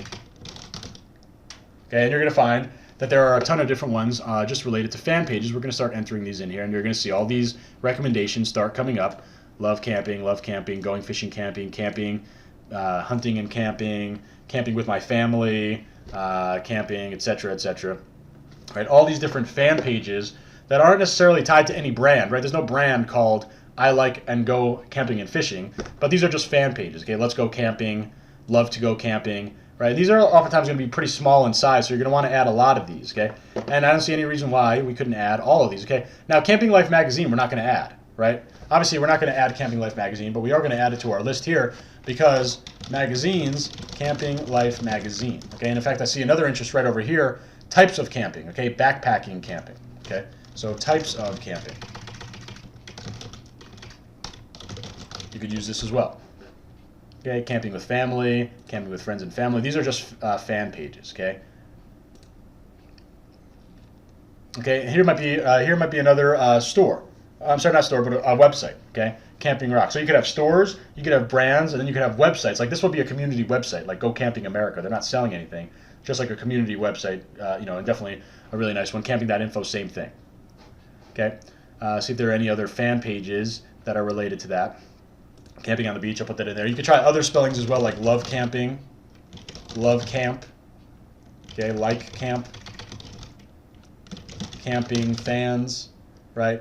Camping fanatics, all these different types of keywords that you could try to find in here. We have 200,000 here. Again, I told you there are going to be a lot of small interests put together, so that's fine. 200,000 inside our 75 to 500,000 sweet spot. Here's another great camping interest group, and this interest group is the fan page interest group. And remember, we also found TV and movies, brands, stores, broad, magazine, and types of camping, again, just by keeping our eyes open. Okay? So those are 3 powerful examples for the camping interest group. Jomar, I'm still not sure what you want to do, so post a comment in here. I have many interest groups built out. My biggest concern was reducing the audience size. I'm not sure what to do with 50 pastors. Yeah, so anytime you have a large interest group, okay, and so let's just do like you saw that I did with the types of Christianity, right, Jomar? So we had types of Christianity, and all we did, we had them all in one group at first, but all we did was create new. Let me just kind of recreate this for you. So we have all these interests in here, something like 20 million people or something crazy, right? All we need to do is continue to build at every intersect level. Let me just start from scratch. We're just going to narrow audience and remove one interest from here, okay, and bring it down into here. And typically the easiest way is to find the biggest interest in size and remove it from this box and simply add it to the next box. This is flex targeting or intersecting, okay? So you want to do Christianity musicians, and we could definitely do the same thing, like Christian rock or something like that. You would easily be able to break down any large number, but remember that anything inside an interest group is always going to be similar, right? We're not going to put Christian rock in here. We're not going to put, Joel Osteen in here because they're not directly related. Okay, but breaking it down in terms of intersecting and stuff, very easy. So if you have a list of 50 pastors, you'd add them all, every single one here, okay? You would add literally every single one into this first box, and then one by one, you would start removing, and you do this in order of biggest. You'd remove the biggest one from this first box, and you'd simply add it to the next box. Then you'd go ahead and press narrow further. You'd find the next biggest one here, remove it from this box, and add it to this other box, okay? And you're going to continue to do this until you get down to size. Okay, Jomar, does that make sense for you? Okay, perfect. Yeah, honestly, it's a very simple concept. It's just putting them all in the first box and then removing them one by one. And I mean, if you have 50 different or 75 different Christian rock musicians, then you're definitely going to be able to continue to go here. I'm just putting anything in here just to show you that you can continue to intersect. I don't believe there's a limit. I've never seen a limit. Okay, I mean, you could just keep going. Okay, if you were able to intersect this deep, you're going to have an incredibly powerful audience. Okay, obviously this is random. I'm putting golf stuff in here, but you can have as many intersects as you want. Okay, and if you have a 75-person interest group, that'd be great. Would you break down musicians into genres or list them all? Are you talking about Christianity, like Christian rock or something like that, or are you talking about a different niche? Yeah. So anytime you have an excuse to make another interest group, that would be great. Now, I don't know how you can break them down into genres. I guess there's different genres of Christian rock or Christian musicians. If you can create multiple interest groups, I absolutely would. Okay, an example of that would be, you just saw me build the fan page interest group. Typically, I'll have a fan page interest group, like let's say for the cat niche, for example, I have 2 fan page interest groups. I have one strictly with the words love in them. So like any fan page that says love cats or I love cats or I love to have cats or whatever, I have an interest group literally called the love fan pages. And then I have a second interest group called basically everything else fan pages. Okay. And sure, I could have put them all into one interest group. But again, the more interest groups you have, the better and bigger your store can get. Okay, you have more products to launch, you have more things to scale to, you have more potential buyers to reach. So if you can break down your musician interest group into multiple groupings, that makes sense. Okay, they have to make sense. You're not just going to break them down randomly. But if it does make sense, then you could do that. And he says hip hop, rap, contemporary. I mean, if there is Christian hip hop and Christian rap and Christian contemporary, then yeah, and Jomar says there is, then absolutely. Okay, so you have a basically a Christian hip hop interest group. And you also have a Christian rap interest group, and you also have a Christian contemporary interest group. That is going to be super powerful for you because instead of just having one music interest group, you now have three. Okay, and again, I'm saying the same thing over and over, but it's totally true. If you have more interest groups, you have bigger upside on your store. So anytime you can make more, you want to. Okay, so hopefully that makes sense for you. Let me go down on the list here. Rizzy81, you're next. Is it one interest group per ad set? Per ad, yes. One interest group per ad set always, okay? Now you might have multiple ad sets in your campaign, but it's always going to be one interest group to one ad. Rizzy, what is your niche? I don't remember what you posted up here. Okay, cell phone cases. Okay, so this is a bit of an interesting one. So far up until now, we've had all passion-related interests, okay? And I'm not going to try to dissuade you away from doing cell phone cases. I actually have a coaching student that's doing pretty well with one of those special cell phone cases. But you're going to have to definitely do a bit more of traditional marketing research, okay? And there's nothing wrong with that at all. I mean, it's probably a good thing. You're going to understand more about your customers. But we're not going to come on here, and I'm never going to come on here and actually go ahead and target the very broad word cell phone, okay? Or cell phone case, whatever, cell phone case, okay? I mean, first of all, nothing even comes on here. But I don't want to do... Even if I was able to find just the term phone case, I wouldn't want to do that, okay? People aren't typically going to be passionate about a phone case. And obviously everything on Facebook involves passion, at least on the Facebook ad side. So what we need to do is basically find an intermediary, kind of what I was telling you at the beginning about the hierarchy. You're actually going to have 4-level hierarchy. And on the top level, it's going to be cell phone case, which is your product. And on the bottom level, it's still going to be the individual interest that we're going to enter into here. But now we need to find something before we find interest groups, and that is basically we need to find, or we need to define marketing profiles of your customers. So your product is cell phone case, but your niche is undefined at this point. We need to figure out who is potentially going to buy your cell phone case, okay? So that's where you do a little bit of marketing 101, right? You build customer profiles, and we could even leverage this kind of interest group to kind of help us figure that out, okay? What type of associations or groups would people who want to buy cell phone cases fall into, okay? And this is where you see it's a little bit more challenging than doing a typical passion-based interest, okay? What association or group might they fall into? I'm not sure, okay? What field of study might they fall into? What brands would they like? Okay, brands would be an easy one to start with, okay?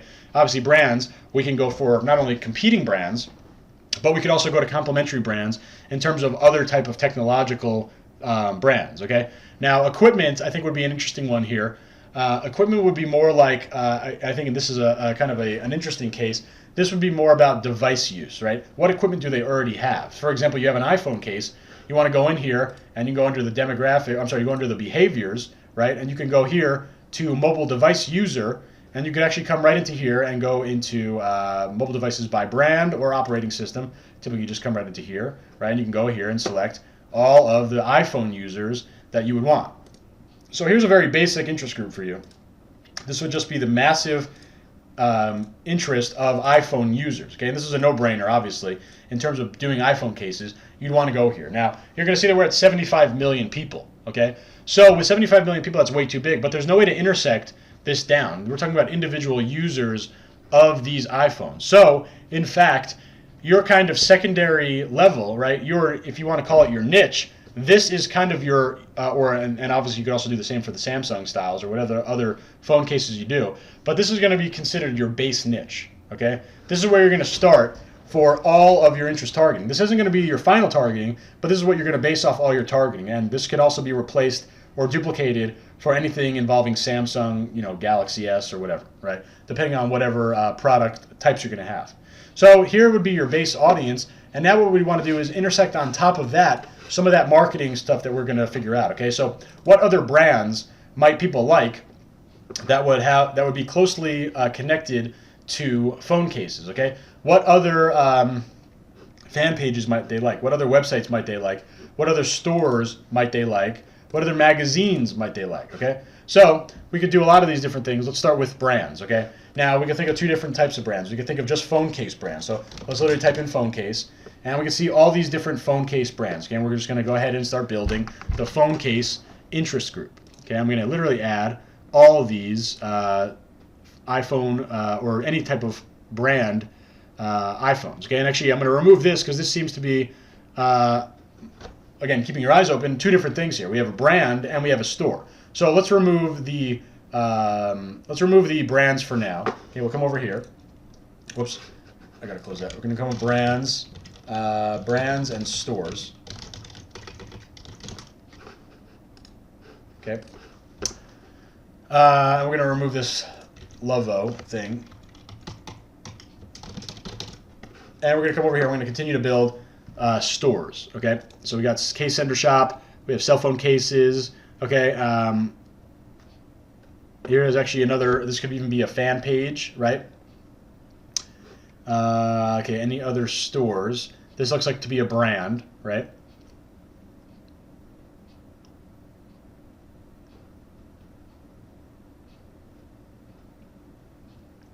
Okay, here's a gadget store. Looking for more stores here. Okay. And here could be a broad one right here. Here's a broad audience, right? Mobile phone accessories. So we have broad.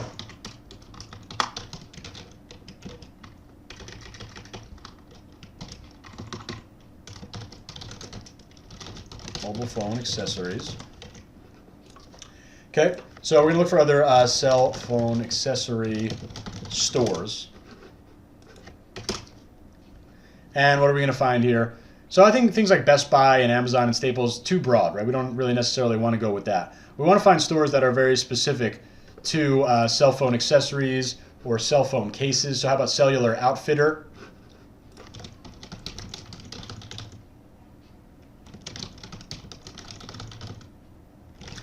Okay, not coming up.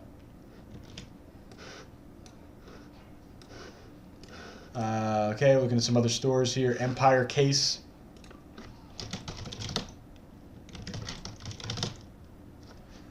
Okay, nothing. Wireless Emporium.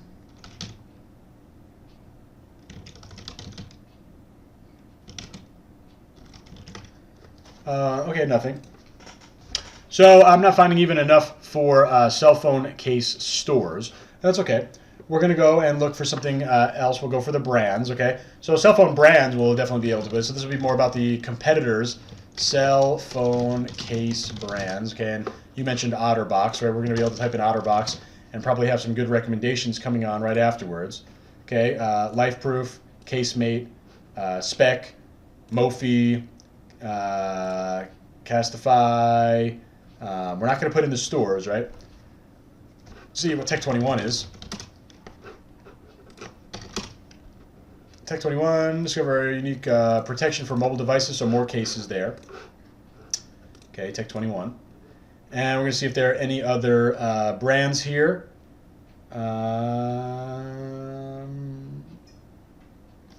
No other case brands here, but I did think of another one when I just went through here.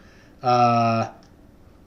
Okay, so Belkin is another technological brand, right? There might be some brands that are outside of actual cases that would still be relevant. So I think this would be, and again, this is the challenge that you're going to find by not having a passion-based niche.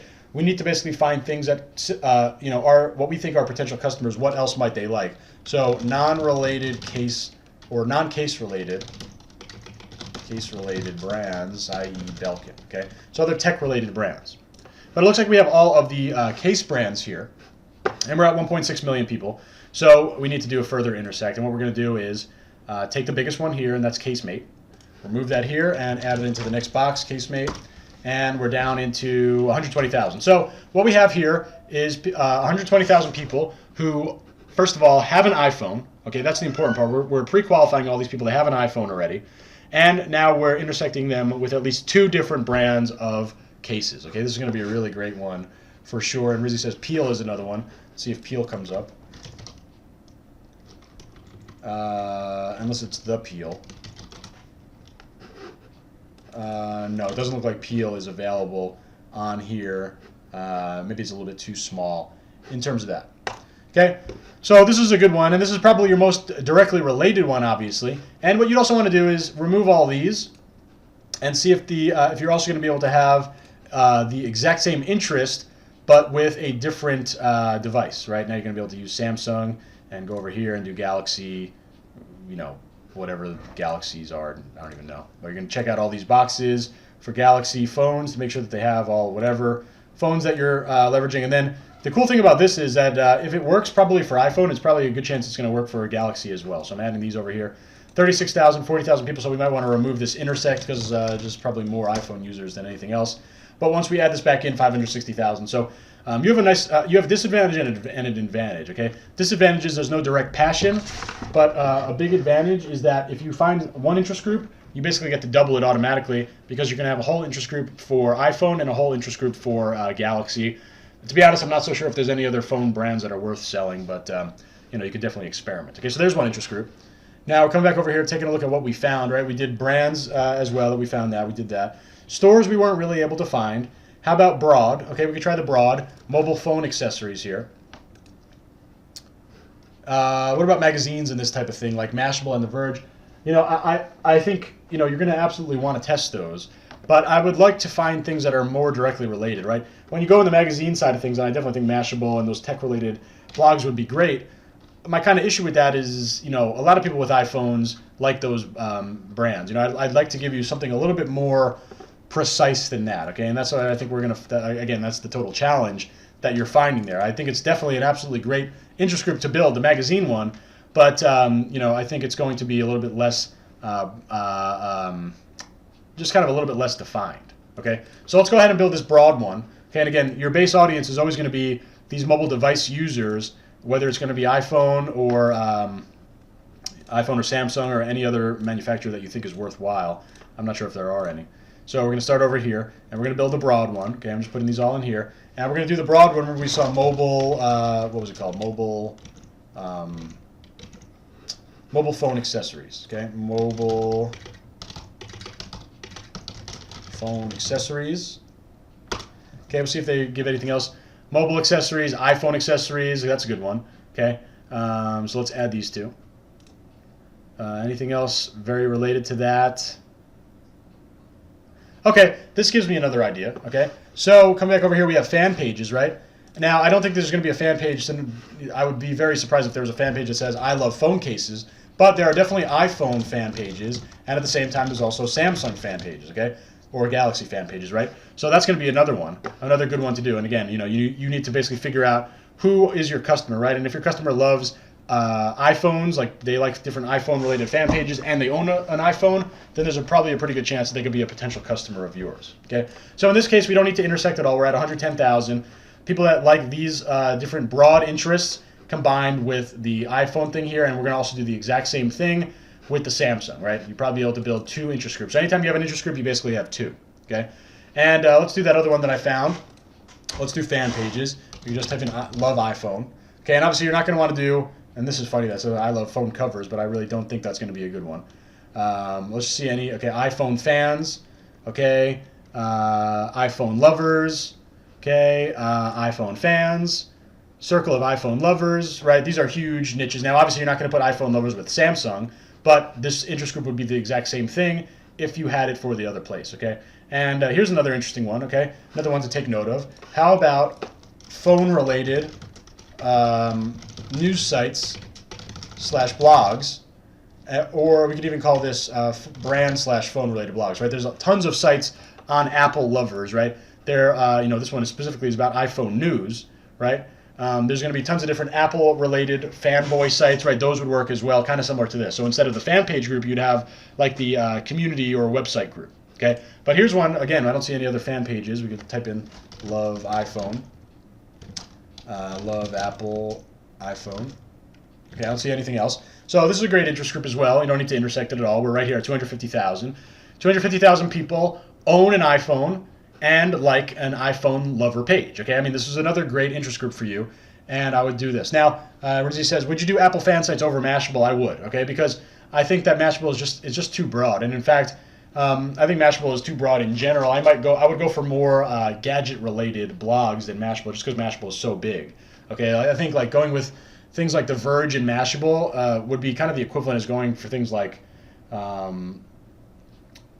Time Magazine and stuff like that. It's just a little bit too broad. I think magazines would work, but I would go for as closely related to the phone as possible. And I think there's definitely other magazine choices that are much closer to that. But here's 3 interest groups for you, effectively 6 interest groups for you, because you're going to be able to swap this out every single time. So hopefully this was helpful for you, Rizzy. Let me know if you have any other questions on this for sure. Okay, great.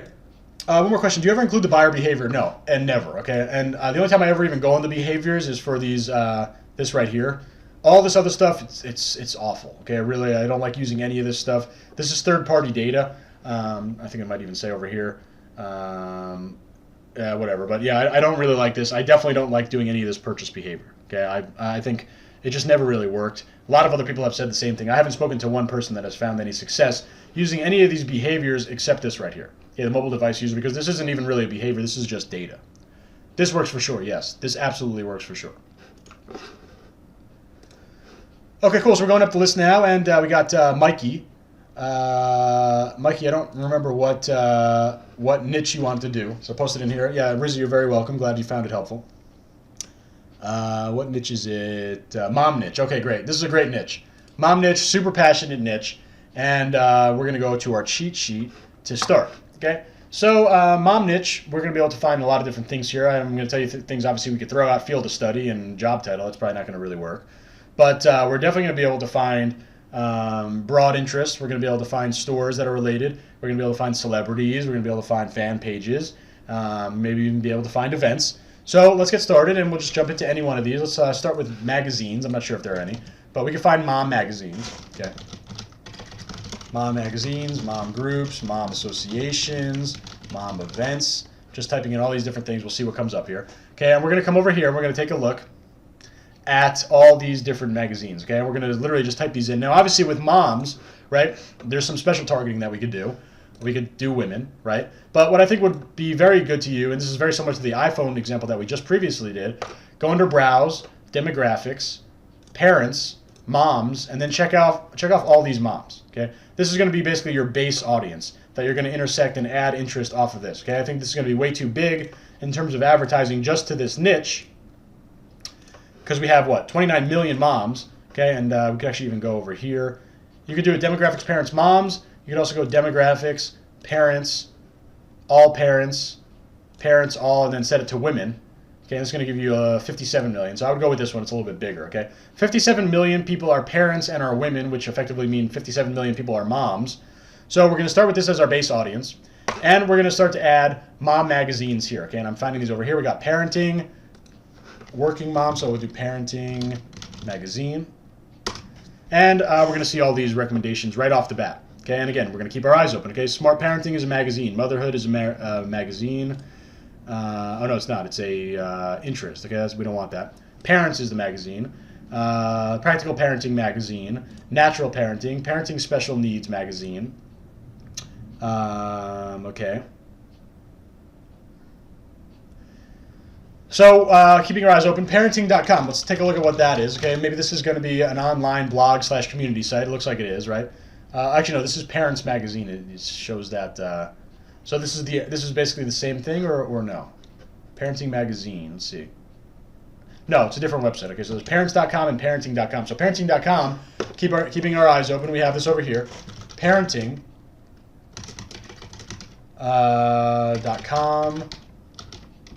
for websites. And I see that they say we don't have the mom option on Facebook UK. Well, you probably have the parents option for sure then. Then you can do the parents and just set it to women like I'm doing here. See if we missed any magazines here. Smart Parenting Magazine. My Child Magazine. Looks like we got that. Let's check what Essential Kids is. Essential Kids, Practical Advice. This is a community site for parents. Okay, so here's another one. Essential Kids would fall under parenting. I'm sorry, websites. Okay, Essential Kids. But we got all the magazines listed here. We're at 2 million, so we know what to do here. We're going to intersect. Finding the next biggest interest magazine, 7.5 million looks to be that number. Okay, 7.5, Parenting Magazine. Okay, so we're down into 550,000. This is good enough for me, right around that 500,000 sweet spot. And here is a great interest. First of all, the base interest is only people who are parents and are female, so only moms. And now we're basically saying moms that like at least 2 parenting magazines. So if you think that, Marketing 101, matching your product up to the customer, if you think that your potential customer would be a mom that likes multiple mom magazines, well, here you go right now. Here's 550,000 of them that would be worth targeting. Okay. So remember, we kept our eyes open as we were doing this targeting, so let's go ahead and build that other one. Oops. And that is the websites. Okay, so we got parenting.com. And we're going to see what else comes up. We had Essential Parents as well, or Essential Kids.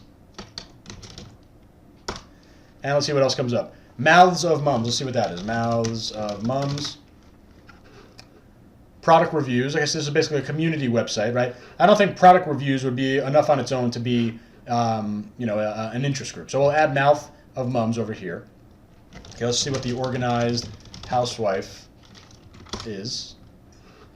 Tips, ideas, inspiration. So another community site. Okay, this is great. Mom's Lounge, same thing, right? Essential Baby, same thing. Mom's Grapevine, I'm not sure what that is. Saving busy moms time and money. Okay, another type thing. Okay, Mom's Grapevine. Stay-at-home mom. I don't think so.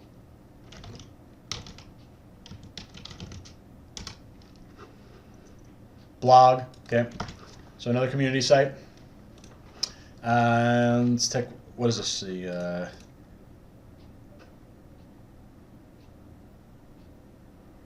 Smart Parenting. Okay, another one. And how about Parenting Nation? And here's another one. Great. So it looks like we got all of the things here. Let's check out one more. Proud Parents.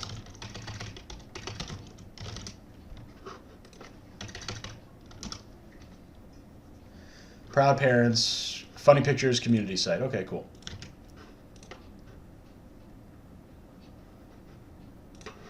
Great. So we're at what, 600, 720,000. So we're going to want to intersect one level probably, finding the biggest one here, which is Babyology.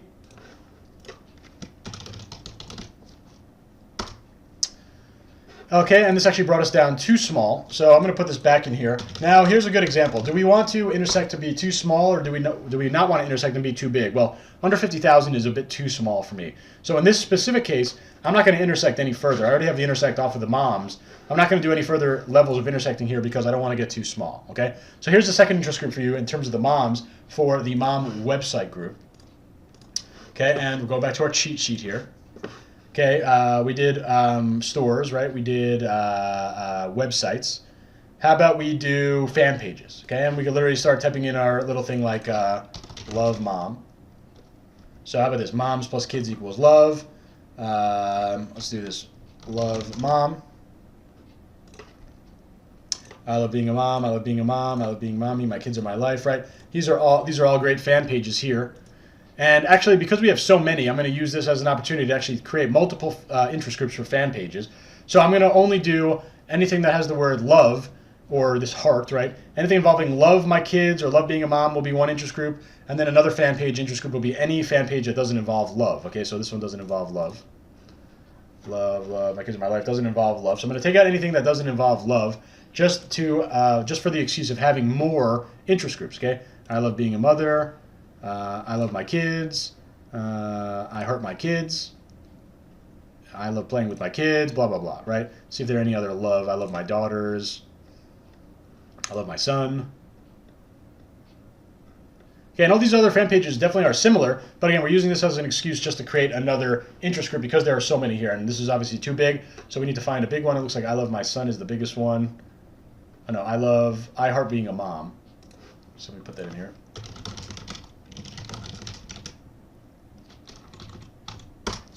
Okay, 1.1 million down to 250,000. Great. So this is another great intersect. Here we have two different levels of intersect. First being the parents, second being these interests. So you need to be a female parent, okay, you need to be a mom, and you need to like at least 2 fan pages involving love moms. Okay, so this is a great one. a third interest group for you. And in fact, you could easily build a fourth interest group just building any of these other fan pages. And here's one that I missed. Oh, no, this is one that we intersected right now. So we need to put all these other interest groups, like My Daughter Is My Life, Fans of Being a Mom, My Children Mean Everything to Me. This would be a second fan page interest group, okay? Mike says, how would you do types of moms? In this case, I wouldn't, okay? Because the way that you have types of moms set up, it's not really intersectable over here under the demographics. So types of moms really wouldn't work. I think TV and movie shows about moms or parenting would work, right? Fan pages we built 2, websites we built.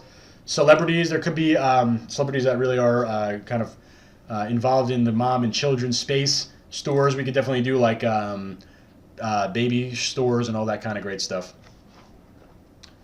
How about new moms or single moms? You could target those inside of the demographics, but I don't think the demographics would be targeted enough. They'd be too big, right? If you're going to do any of these demographics in here, demographics and then parents and then moms, even this one alone, just one of them, we're talking about 12 million people. So it's a bit too big. So for the demographics, we'd only want to use it to basically be a pre-qualifier for the rest of the interests that we're going to enter in there. But new moms and stay-at-home moms and all these other moms can be found directly in here, right? Stay-at-home moms, new moms, right? We're going to check all those boxes off to be our base audience. But I'd rather start with the parents, all parents, and then here, because it's just a bigger number. It's a bigger number to start with. Okay? So hopefully that makes sense, Mike, and these are some great interest groups for you to start with. Okay, the icon status. I'm not sure who that is. Are you in here? Who's the icon status? I forgot. I'm not sure who you are. Post your niche over here. I'll skip you for now. So, yeah, you're very welcome. Steve is in here. Steve, what is the niche that you are running on? Let's see. I don't think you posted that up earlier. Yeah, I don't see it. Oh, nursing. Okay, great. So the nursing niche, this is a really, really healthy niche. One of my biggest stores is a nursing store. And we're going to be able to build pretty much everything on this list in terms of nursing, okay? Associations and groups, definitely the most powerful interest group inside the nursing niche is the associations and groups one. Field of study for sure, brands, not so much. Equipment, somewhat. Types of nurses, absolutely. Events, yes. TV and movies, kind of. Fan pages, definitely. Websites, definitely. Job titles, definitely. Magazines, without a doubt. Broad, without a doubt. So let's get started and build the nurse niche. And let's use the first interest group right here. First on the list. Associations and groups, okay? So we're going to come over here, and we're going to type in nurse associations. Gosh. Okay. Nurse associations. And here's some big ones right here. So we got American Nurses Association. Let's populate this first one with American Nurses Association. Okay, we got 1 million, and as soon as we have that, we have other associations coming up as well, okay? National Nurses, California Nurses, Minnesota, Association of Perioperative, Tennessee. Okay, keeping our eyes open, right? Here what we have right now, we have fan page, we have website, right? We have fan page right here, I Love Being a Nurse. We have nurse.com. Okay, we have types of, right? ICU nurse. Okay. And here's some more associations. We're going to add all of these relative or related associations.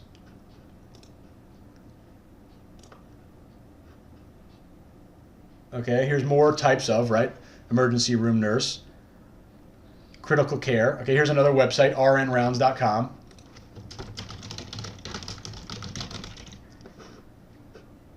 Society of Trauma Nurses, and here's another type of nurse, right? I don't see any other associations, it looks like. Okay, so we got all the associations, 2.2 million, so we're going to intersect, finding the biggest one. And that is the American Nurses Association. We're moving that from the first box. Adding it down here, and we're at 330,000. Great, so we're right inside that sweet spot, 75 to 500,000. And this is a great interest group, and let me tell you, Steve, this is the most powerful interest group inside the nurses niche, okay? So there you go, you got one interest group right there. Now remember, we kept our eyes open, so it's going to be very easy for us to build more. Going back to my notepad document, we had websites, right? So let's go over here and we'll build, I think it was nurse.org, right? Or what was it, nurse? Well, we found over here, an American Nurses Association. Just want to find that record. Oh, here it is, nurse.com. Okay, and here we go. All nurses, right? About nursetogether.com, QD Nurses, Nurse Rounds, okay, RNpedia, Travel Nursing. All of these are nursing websites, and we haven't even gone to Google yet. We're just keeping our eyes open and finding it. Now, I'm not sure what Funny Nurses are. We'll figure that out right now. Funny Nurses. Funny Nurses is a fan page, okay? So there you go, fan pages. Funny Nurses, I love being a nurse, okay? So we're going to continue on for more nurse websites, seeing anything over here. Okay, we're not going to do American Nurses Association. We've already done it, okay? How about the staff nurse?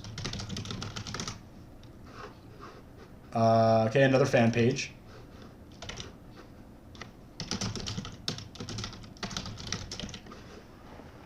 Okay, and nurseconnect.com, there's another website. Okay, that looks like that's about it for the websites. So 820,000, we're going to try to intersect one, taking the biggest one out of here, which is nurse.com. So we'll remove that, see if we can intersect over here.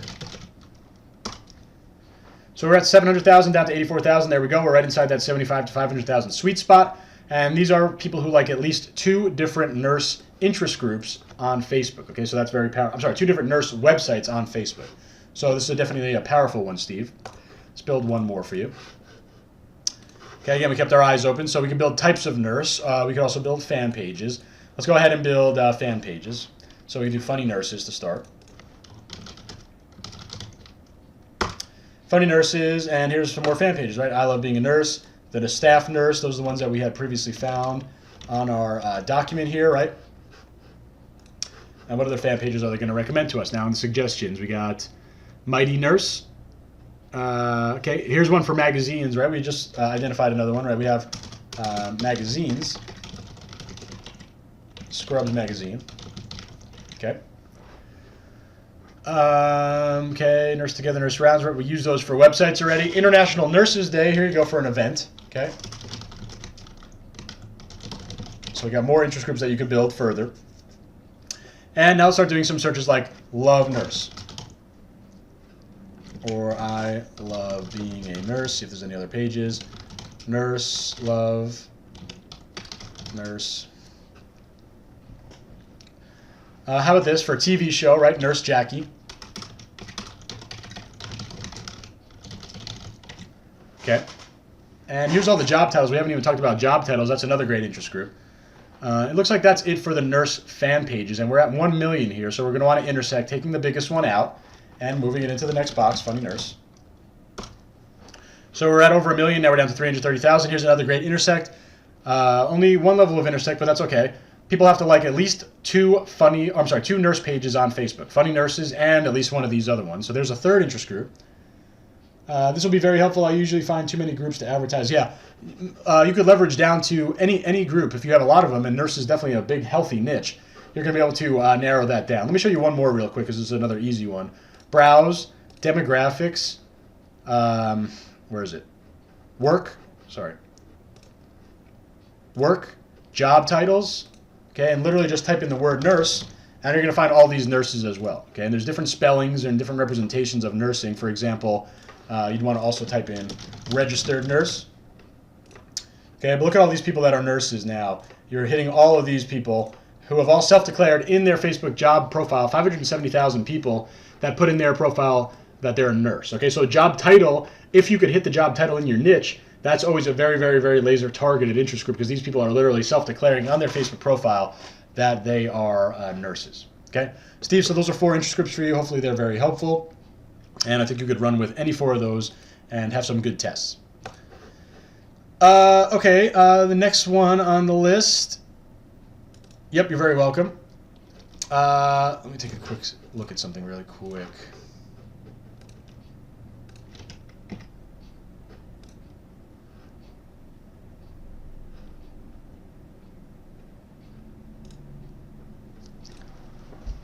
Okay, cool. Give me 1 second, guys. Give me a little 30-second break.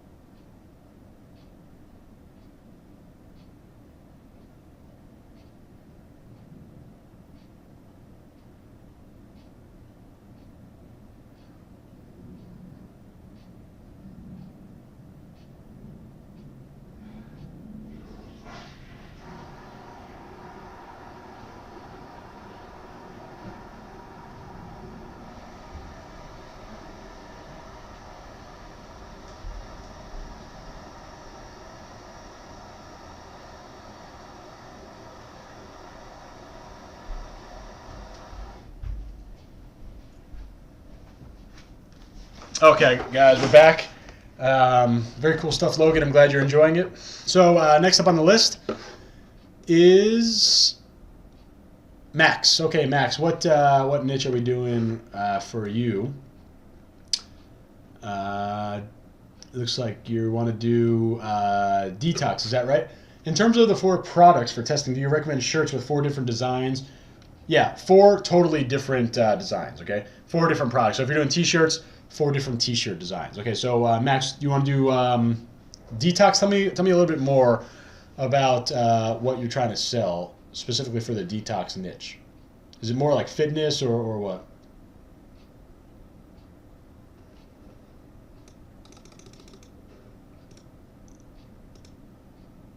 Okay, detox teas, got it, and fitness equipment. Okay, so I guess overall you could be in the fitness niche then, considering I guess people who are buying detox products would be into the the fitness / supplement niche.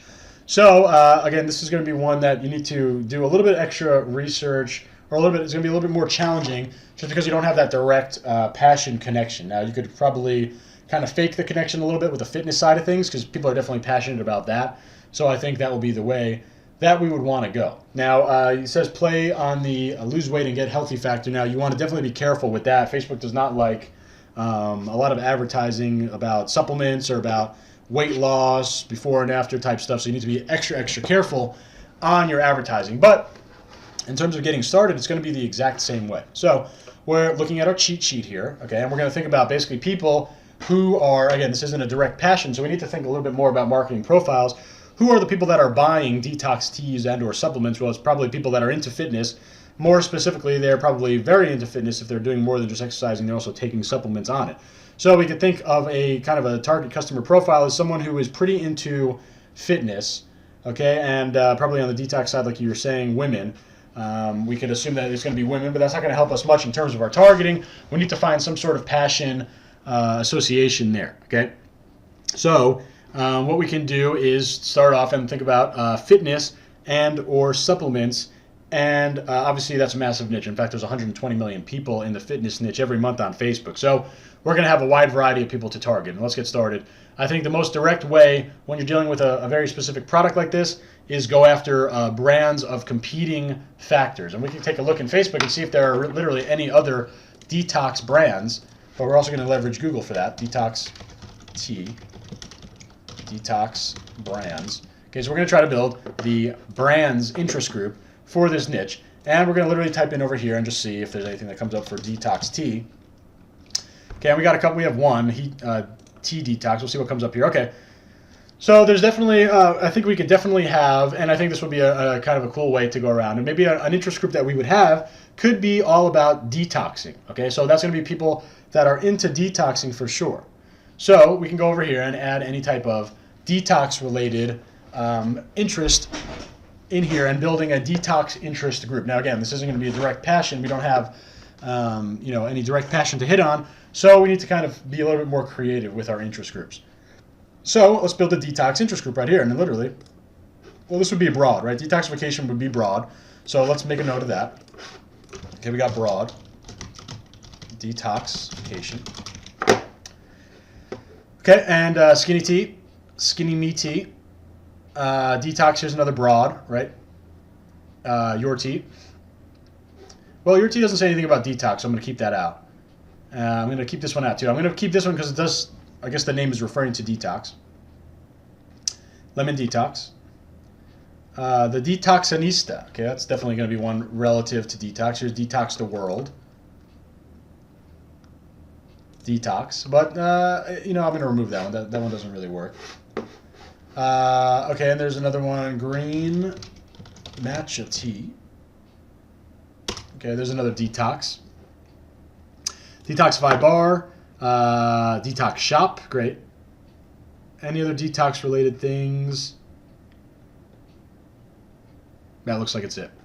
Okay, so we got 270,000 just on the detox related interest group, okay?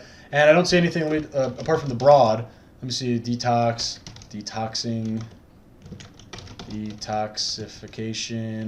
Okay, so we got 270,000 inside our sweet spot of 75 to 500,000. So we are good here. And this represents the entire detoxification, apart from the broad, all the detox-related interests, okay? So this is one way, obviously, one type of customer of yours might be someone that is very into detoxing, and obviously they're going to be found liking a detox-related page on Facebook, okay?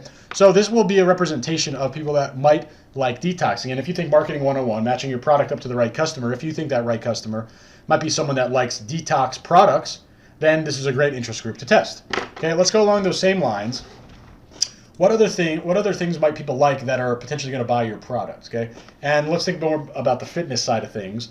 And I think that again, this might not be direct correlation to a detox, but how about other supplement brands? I think other supplement brands would be good, because if you're someone that likes multiple supplement brands on Facebook, then you're obviously going to be someone that is probably a customer of supplements, and this is definitely going to fall under that category as well.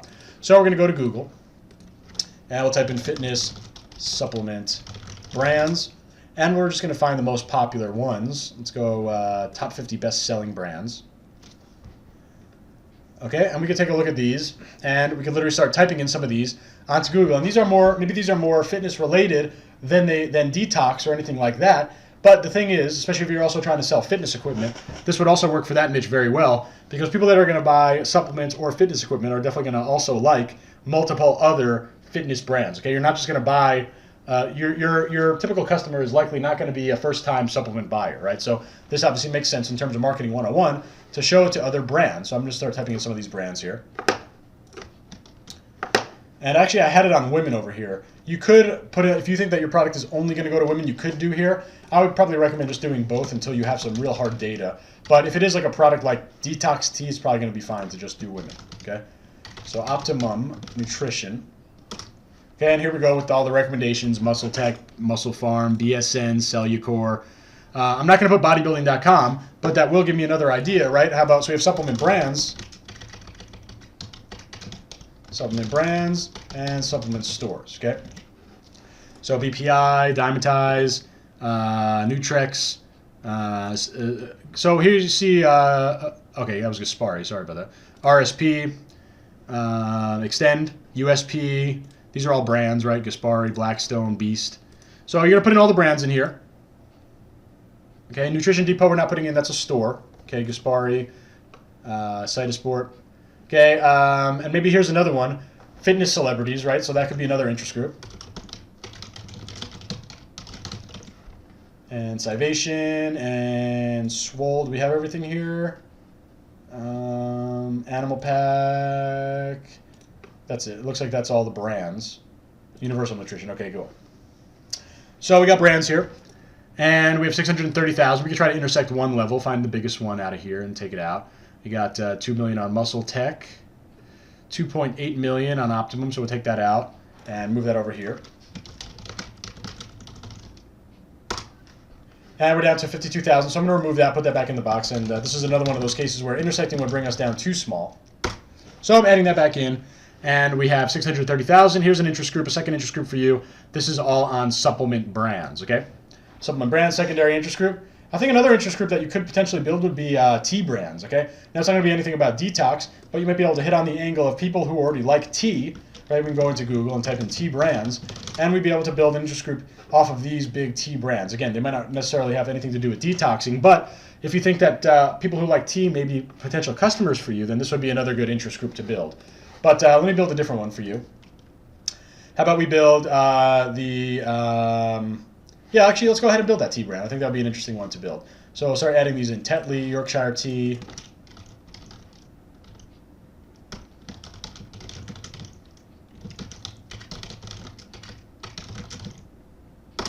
Okay, and here comes the recommendations: Bigelow, Twinings, the Republic of Tea, Tazo. All of these brands, right? All these tea brands would make sense. Here's another one. Types of tea, right? Green tea is not necessarily a brand. It's just a type of tea, so you can build that as well.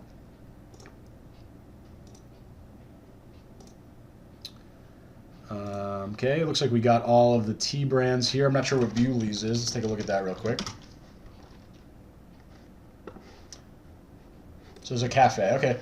So it looks like we got all the brands. We obviously need to intersect. We're way too big here, 1.9 million. Finding the biggest size, we got 1.5 million. Yeah, 1.5 million down here at Twinings. Now we're down to, oh wow, 9,000. That's way too small. That's odd. Let's find the next biggest one. Try if we could do that. Tetley.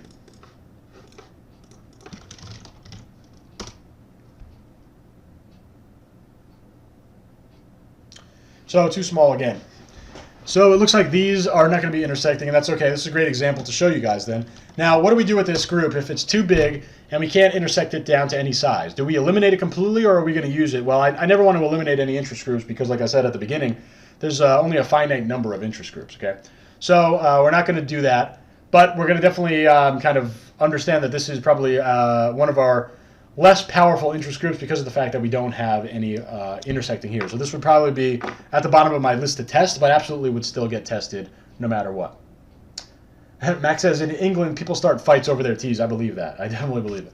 So another interest group that you could build off of this, like I said, fitness celebrities, supplement stores, even broad, right? We built the supplements one. We did the detox one. And here was the tea brands one. So those are 3 good interest groups, and some more that you can build right over here on this list as well. So you should end up with at least 5, maybe 6 interest groups for this tea niche. And don't forget to go over all 14 of these as well. There might be tea magazines. There's definitely tea fan pages as well, especially for all those people over in England that absolutely love it. So it should be a pretty healthy niche for you there. You just need to really figure out who your customer is. That's your challenge because you're not dealing with a niche. You're dealing more with an individual product. So you'll figure out who your customer is through this testing strategy. Max says also gyms and yoga. Absolutely. People that like yoga could potentially like tea. Again, not the most direct connection, but a pretty good one. Okay, UK food. Who is UK food? That's Ram, right? I'm pretty sure that's yeah. Okay, Ram. What was the niche that we were doing with you? I don't remember. Coffee, right? I think it was coffee that we're doing. Yes. Okay, coffee. Coffee's a good one. Coffee's a frustrating one for me. I thought I had some really good. I started off really good with coffee, and then I kind of didn't give it the. I guess I didn't give it enough attention, but it did start off good for me. It kind of ended up not as good, but I think it's definitely a passionate niche, and one that you're going to find a lot of engagement around. Okay, so let's go to our cheat sheet, and we have our different things here. Associations and groups for coffee, maybe. Field of study, no. Brands, absolutely. Okay, we're going to be able to find brands, and we're absolutely also going to be able to find stores. Okay, equipment, we might be able to find equipment. Types of coffee, absolutely. Right, there's like cappuccino, espresso, whatever. Events, not really. TV and movies, no. Fan pages, absolutely. Web pages, yes. Job titles, not really. Celebrities, yes and no. There are some celebrities that are closely connected. Magazines as well, broad, yeah, for sure. So let's get started, and let's build the ones that are going to be easiest for us to start, and that's going to be brands and stores, and then we'll keep our eyes open for the recommendations off of those. So let's obviously go with stores. We can all name multiple coffee stores, and let's start with Starbucks, okay? So we're going to put in Starbucks, and it's a massive interest, okay? And other stores are going to pop up immediately. Caribou, Pete's, Seattle's Best, Tully's, Coffee Beanery. Now, Keurig is not a store, right? Keurig is more of a brand. So we'll save that for brands. Remember, we're going to save that onto our list. So Keurig. Also things like Maxwell House, Folgers, etc. Cool. Any other coffee stores on this list? Coffee Bean. Okay. Now, what about Lavazza? So Lavazza is, again, a coffee brand, not necessarily a store. Okay, so here we go. We got stores here. We got 11 million people, so we're going to have plenty of room to intersect. And we're taking the biggest one out, which is obviously Starbucks. Taking that out of the first box and adding it into the next. Okay, we went from 11 million down to 1.9 million. Let's intersect again, finding the next biggest one, which is 2.3 million, the Coffee Bean. And we're down to 220,000, so perfect. Now you're going to be selling coffee-related products on your coffee store. Now you're going to be able to target it to 1 out of 220,000 people that like the Coffee Bean and Starbucks and at least one other brand, right? This isn't just a casual coffee person. This isn't just someone who liked Starbucks because they wanted to enter a contest or something. These people are obviously hardcore coffee lovers. They like 3 different coffee stores on Facebook. Okay, you're not going to randomly like 3 different coffee stores. You're liking 3 different coffee stores because you truly like coffee. Okay, so we got that. Here's one interest group. Let's build a directly related one. And again, we kept our eyes open and we saw coffee brands. Okay, and we saw Keurig up here. Okay, Keurig. Keurig Green Mountain, might as well put that. Now, Keurig Coffee Maker, that's equipment. Okay, we may be able to do equipment for that. Let me do Keurig Coffee Maker. Okay, well, let's keep going in terms of brands, right? Folgers. Now, we're not going to use Starbucks here. We're not going to use Seattle's Best because we already used that for stores. Okay, but Maxwell House we're going to use. Okay, here's the broad interest, just coffee. Okay, Lavazza, we saw that before. That's a brand, so we're going to be using that. Nespresso's a brand. Nescafe brand, right? See any other brands here? Stumptown Coffee Roasters brand. Okay, here's a type of, right? Remember I told you types of. We have iced coffee. Types of niche. Iced, cappuccino, espresso, etc. Looking for any other brands here. Here's another brand. Looks like that's it for the brands, right? Did we miss any brands here? Cappuccino, right? Another type of. 4 Barrel Coffee. I think Illy Coffee. Yeah, Illy Coffee is also one. Blue Bottle Coffee Company, another brand. Okay, Specialty Coffee, another type of, right? Okay, so we're really building these as we go on. Here's another brand. And here's an equipment, right? Coffee maker. Chemex Coffee Maker. Okay, so it looks like we got all of the coffee brands here. Plenty of room to intersect again, so we're going to find the biggest one. Got 6 million on Keurig. Oh, no, I'm sorry. That's not right. Got 11 million on Nespresso.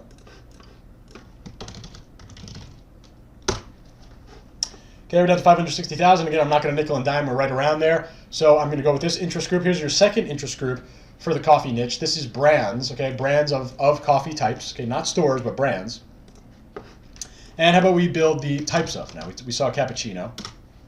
Okay, and here's all these other ones. Again, we don't need to figure this out. It's just going to tell us right there for us. Frappuccino, Frappy, Cafe Americano, Mochaccino,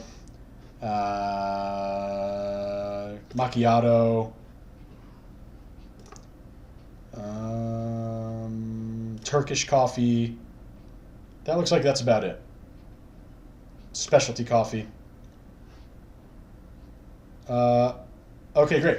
So that looks like we got all of the different types of coffee. Obviously, again, 8 million, plenty of room to intersect, finding the biggest one. Espresso is probably the biggest at 21 million, yep. So we got espresso here.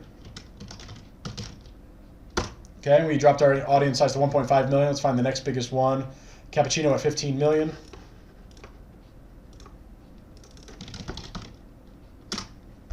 $1.5 million all the way down to 220,000. So there we go. And again, this is not a casual coffee liker. This is someone that likes 3 different types of coffee on Facebook. Okay, this is not just someone randomly. This is someone that is going to make up a great representation of the types of coffee interest group. And again, first thing that I said here, the goal is to have wide representations of different buyers in this niche. These 220,000 people are perfect representations of this variety of coffee lover, being someone who likes types of coffee because they like 3 different types. Okay, so there you go. There's a third interest group for the coffee niche. And I think any of those 3 would be really great. Don't forget also the ones that we talked about in terms of keeping our eyes open. Types of equipment, brands, stores, other things that are going to work on here. Fan pages will definitely work. Okay. Maybe associations and groups, not so sure. Broad, you could always build broad, right? And celebrities as well. There might be some celebrities that are involved there, okay? So I would stay away from job titles. Like, I don't think anyone who works at Starbucks is really super passionate about coffee. They're just probably in there for a paycheck. So I think those would be the interest groups that you could end up with, and you're going to find a lot of engagement on this one for sure. Okay, Ram, so hopefully that was helpful. Let me know if you have any questions. And last but not least is Logan. So Logan, what is your niche?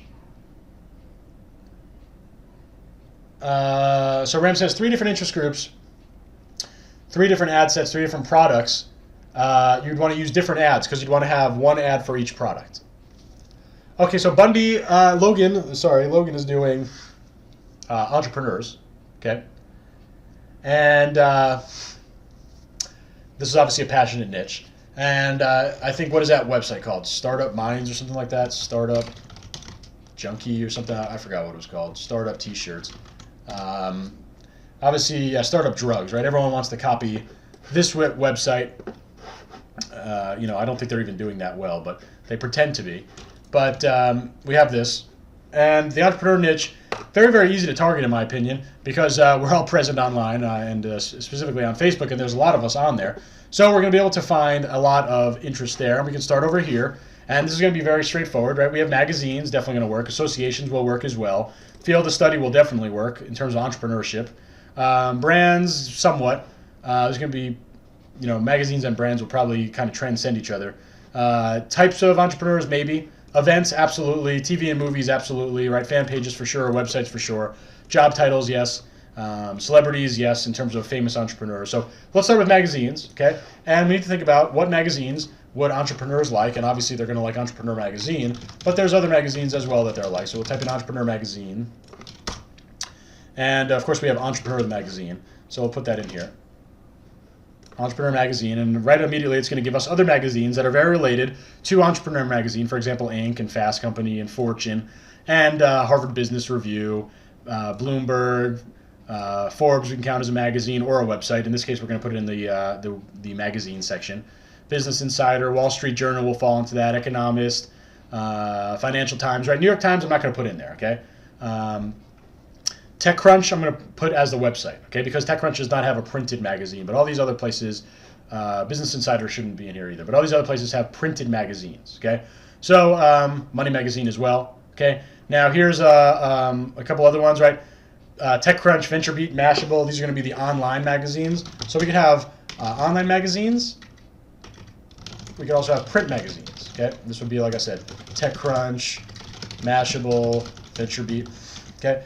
So in terms of, and here's something else, Startup Weekend, that's an event, okay? So events, Startup Weekend. What else can we just pick out just from looking? Here's another magazine. 500 Startups, that is basically a group or association. 500 Startups. Here's that broad, right? All thing entrepreneurship just broad. Okay, so there's going to be plenty of things for us to do here. 7.3 million magazines, obviously time to intersect, looking for the biggest one.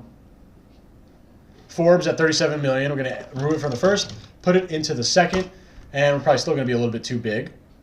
Yep, 2 million, so let's find another one. Another one to intersect, and it's going to be this 11 million person one, Wall Street Journal.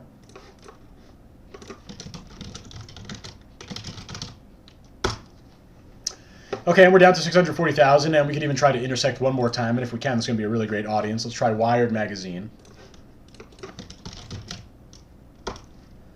And we're now at 180,000 people. And this is going to be a great audience for you. You got 3 different intersects here, and this audience tells you that 1 out of 180,000 people like Wired Magazine, the Wall Street Journal, Forbes, and at least one of these other tech-related magazines. So you have 4 different magazines that this person likes. Okay, this is not a casual business magazine reader. This is a definite person that is going to fall into that potential customer group of magazine readers inside the entrepreneurship niche. Okay, so this is going to be a great one for you, I think, because of the fact that we have 3 different intersect levels on here. So I'm going to exit out of here. We'll build another one. This is the first interest group for you. Okay, and checking out over here, might as well build the online magazines one because it was very easy, right? They put it right in front of our face. And the reason I didn't put TechCrunch and I didn't put Mashable or VentureBeat in the first one, or TechRadar or Business Insider or Gizmodo or any of these types of things is because they didn't have printed magazines, right? Wired has that magazine, right? Lifehacker does not have a magazine, Engadget doesn't have a magazine, but these are very relevant. All Things Digital, The Next Web, right? These are great websites that have to do with entrepreneurship, okay? And again, keeping our eyes open, here's Techstars and Y Combinator, also groups, okay? So Techstars, Y Combinator, okay? And if you don't know what those are basically incubators for startups, okay? So anyone who likes those will definitely be inside the entrepreneur niche, okay? Hacker News is another one of these online, non-printed magazines, so online magazines, okay? GigaOM, same. Okay, Pando Daily, the same. Okay, and this gives me another idea. Excel partners. So these would be venture capitalists. Okay, any entrepreneur definitely has to pay attention to what venture capitalists are doing. And we have Excel partners here, and there's other ones as well that we could find. So, okay. So that's good enough. Over here we have all of these non-printed magazines, and now we're going to do, same thing we've been doing every time, intersecting, finding the next biggest one, TechCrunch. Okay, that's bringing us down to 470,000. So there we go. One intersect got us down to size. So to be inside this 470,000 person audience, you need to like TechCrunch, and you need to also like one of these other tech-related non-printed magazines. Okay, so those are two very straightforward interest groups for you right there. I think this is going to be a really powerful one. I wasn't sure that this would even be available, but Y Combinator. Y Combinator, that's the right one. Okay, Techstars, 500 startups, and looks like that's it. So you see over here, Sequoia Capital, that's another venture capitalist. So that's a good one. Okay. It doesn't look like there are any other incubators here. There really aren't any other huge ones. But here's another one that I just thought of. Well, here's another venture capitalist, Andreessen Horowitz. But how about this? Venture capitalist celebrities. And I mean that in the tech world. Dave McClure is a celebrity in the tech world. Mark Andreessen, Elon Musk, obviously those are as well, right? So that could be Dave McClure, Elon Musk, Mark Andreessen. These are celebrities inside the tech space, okay, the entrepreneur space. So these would be great as well, okay? And Jamar says, Forbes can fall under many interest groups. How do you decide which interest group to place it in? It's really your choice. It doesn't matter. As long as it's similar, it's going to be fine. But the key is just pick one and don't pick multiple, okay? Let me do a quick thing, tech incubators. See what else is out there. I don't think SoCal Tech will be on there. Amplify LA, I don't think that's on there either. No. Techstars, Y Combinator, those are really the biggest ones. Okay, so that's not even worth it. I believe that's it. Is there a reason I'm targeting females? Yes, because I messed up and I forgot to change it. I shouldn't be targeting females over here. So there we go. Now we're at 460,000. So in fact, those audience intersects from before would probably be able to be even intersected a little bit further because I forgot to remove this woman thing. Okay, so Logan, make note of that. Okay, that shouldn't have been women. So those numbers would be a little bit bigger on that TechCrunch example. You'd probably be able to do another intersect. Okay, but over here, 460,000. These are the most popular incubators. I don't think you need to intersect at all. Okay, 460,000. Anyone who's inside here, no one likes any of these things unless they're directly related to the entrepreneur niche. No one's going to like Mark Andreessen and Dave McClure unless they're entrepreneurs. No one's going to like these venture capitalist firms unless they're entrepreneurs, right? No one's going to go to an event like Startup Weekend unless they're an entrepreneur. Okay, so you have multiple interest groups you can build here. Very passionate. Also, I would say probably a very competitive space. But these are definitely, this is your third interest group, and you could build, let's see, 3, 4, 5, 6, 7, at the very least, 8, at the very minimum, 7 to 8 interest groups. I think you could even find more. So like I said, that's a sign of a very healthy niche. So I know we're way over time. That's okay. I did everyone's who's here. So we did all 10. So that's pretty awesome, I think. So now I'm going to do a question and answer, guys. Let's just leverage this. Again, this is still recording. You're going to get the full recording. You're also going to get this PDF cheat sheet. I'll be sending that to you hopefully by end of day today. But what else? What other questions do you guys have? And Logan already gives me the crazy 8s. I really appreciate that. Thanks so much. I hope that it was very worthwhile for everyone. And this is only the second time I did it, so I got the timing a little bit off. It took a little bit longer than I thought. But definitely, I think we got some great targeting out there for you guys. Okay, let me see these questions now, guys. All right. What do you think about Adespresso? I don't really know much about it. I don't use it. I can move just as fast in Power Editor.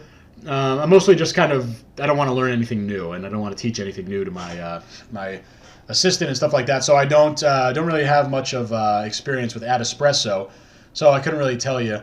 I do know that the feature that you're talking about in terms of showing the interest is powerful. I basically replicate that exact thing by doing the interest grouping. So it's kind of the same end result.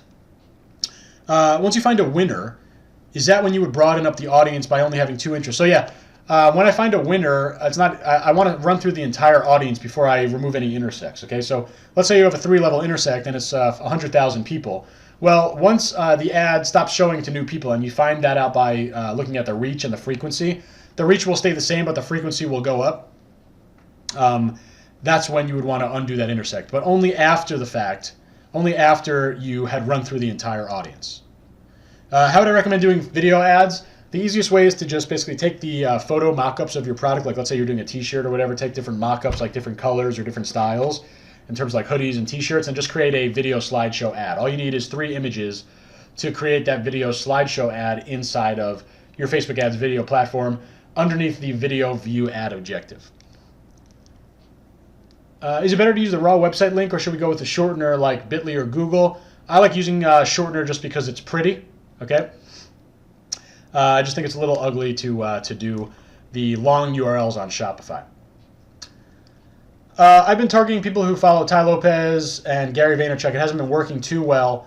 I think that the audiences that we built today would be way more targeted than people who like Tai Lopez or Gary Vaynerchuk. Unless you're doing intersecting. Okay, if you could intersect those celebrities, that would make sense. But those guys have pretty broad reaches right now, so they're also like everyone everyone is targeting those two for anything related to entrepreneurship. So you're probably also feeling kind of just that there's a lot of competition to those specific interests. So if you do the interest group strategy, you could have, especially when you do intersecting, you kind of create unique audiences that aren't necessarily being tapped into directly, because you're building that unique intersect of multiple interests. Website conversion optimized for purchase. That's what I prefer to do. Shopify doesn't do a good job with capturing UTM. Google Analytics is going to be your best bet for capturing UTM. It's actually a Facebook issue as well. Sometimes they just strip the variables depending on how the URL gets clicked. It's very weird. No one exactly understands why, unfortunately. Frequency of how much to start unflexing. It's not about what number frequency. It's about that the frequency is going to go up and the reach doesn't. So really at that point is when you can do it. And that could be at 2, it could be at 20. It really depends on your audience. But you'll find whatever number that is, the reach will literally just every day will be exactly the same. What's the way to display 1200 by 1200 post? In other words, should you be using borders and calls to action? I use insanely simple ad types. Okay, I think everything should be, and this really depends on your product, but I'm mostly focused on t-shirts, and this is my t-shirt ad right here. And you can see it's incredibly simple. Okay, you don't need to sell people on the t-shirt. Everyone knows what a t-shirt is. You just need to sell them on the design. So this is a very, very basic thing. How do you consider a successful test? All I need to do is find one sale. Okay, when we're doing the niche testing strategy that I outlined at the beginning of this class, the only thing that matters after your 5-day period is, did your interest group generate a sale or not? Can you share on how to scale? That's something that I keep behind the paywall inside my t-shirt bootcamp. It's probably one of the most important parts of the bootcamp, so that is definitely something that I kind of keep private, unfortunately. Could you explain what designs you should make for each interest group? How are they different? Well, the products really don't matter. You're going to have products are going to be separate from interest grouping. It doesn't matter.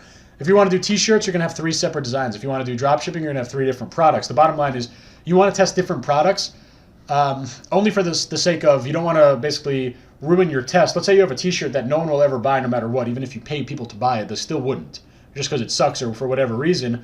You don't want that to really kind of influence the testing results on your other ads. Okay, so it's not about the types of products, it's just about having different products. What's the best day to run a specific ad? I schedule all my ads to start on Wednesdays. Okay, I really like Wednesdays. The reason being is I give it a couple days to optimize, and then hopefully if it works, I should be able to scale up on the weekend, and the weekend is where you make all of your sales, or at least where I make the most of my sales. What do you think would be better while doing flex targeting? Put all the interests in one box and then create a narrow box further? Yes, that's the way that I absolutely love doing it. I want to only intersect just one group.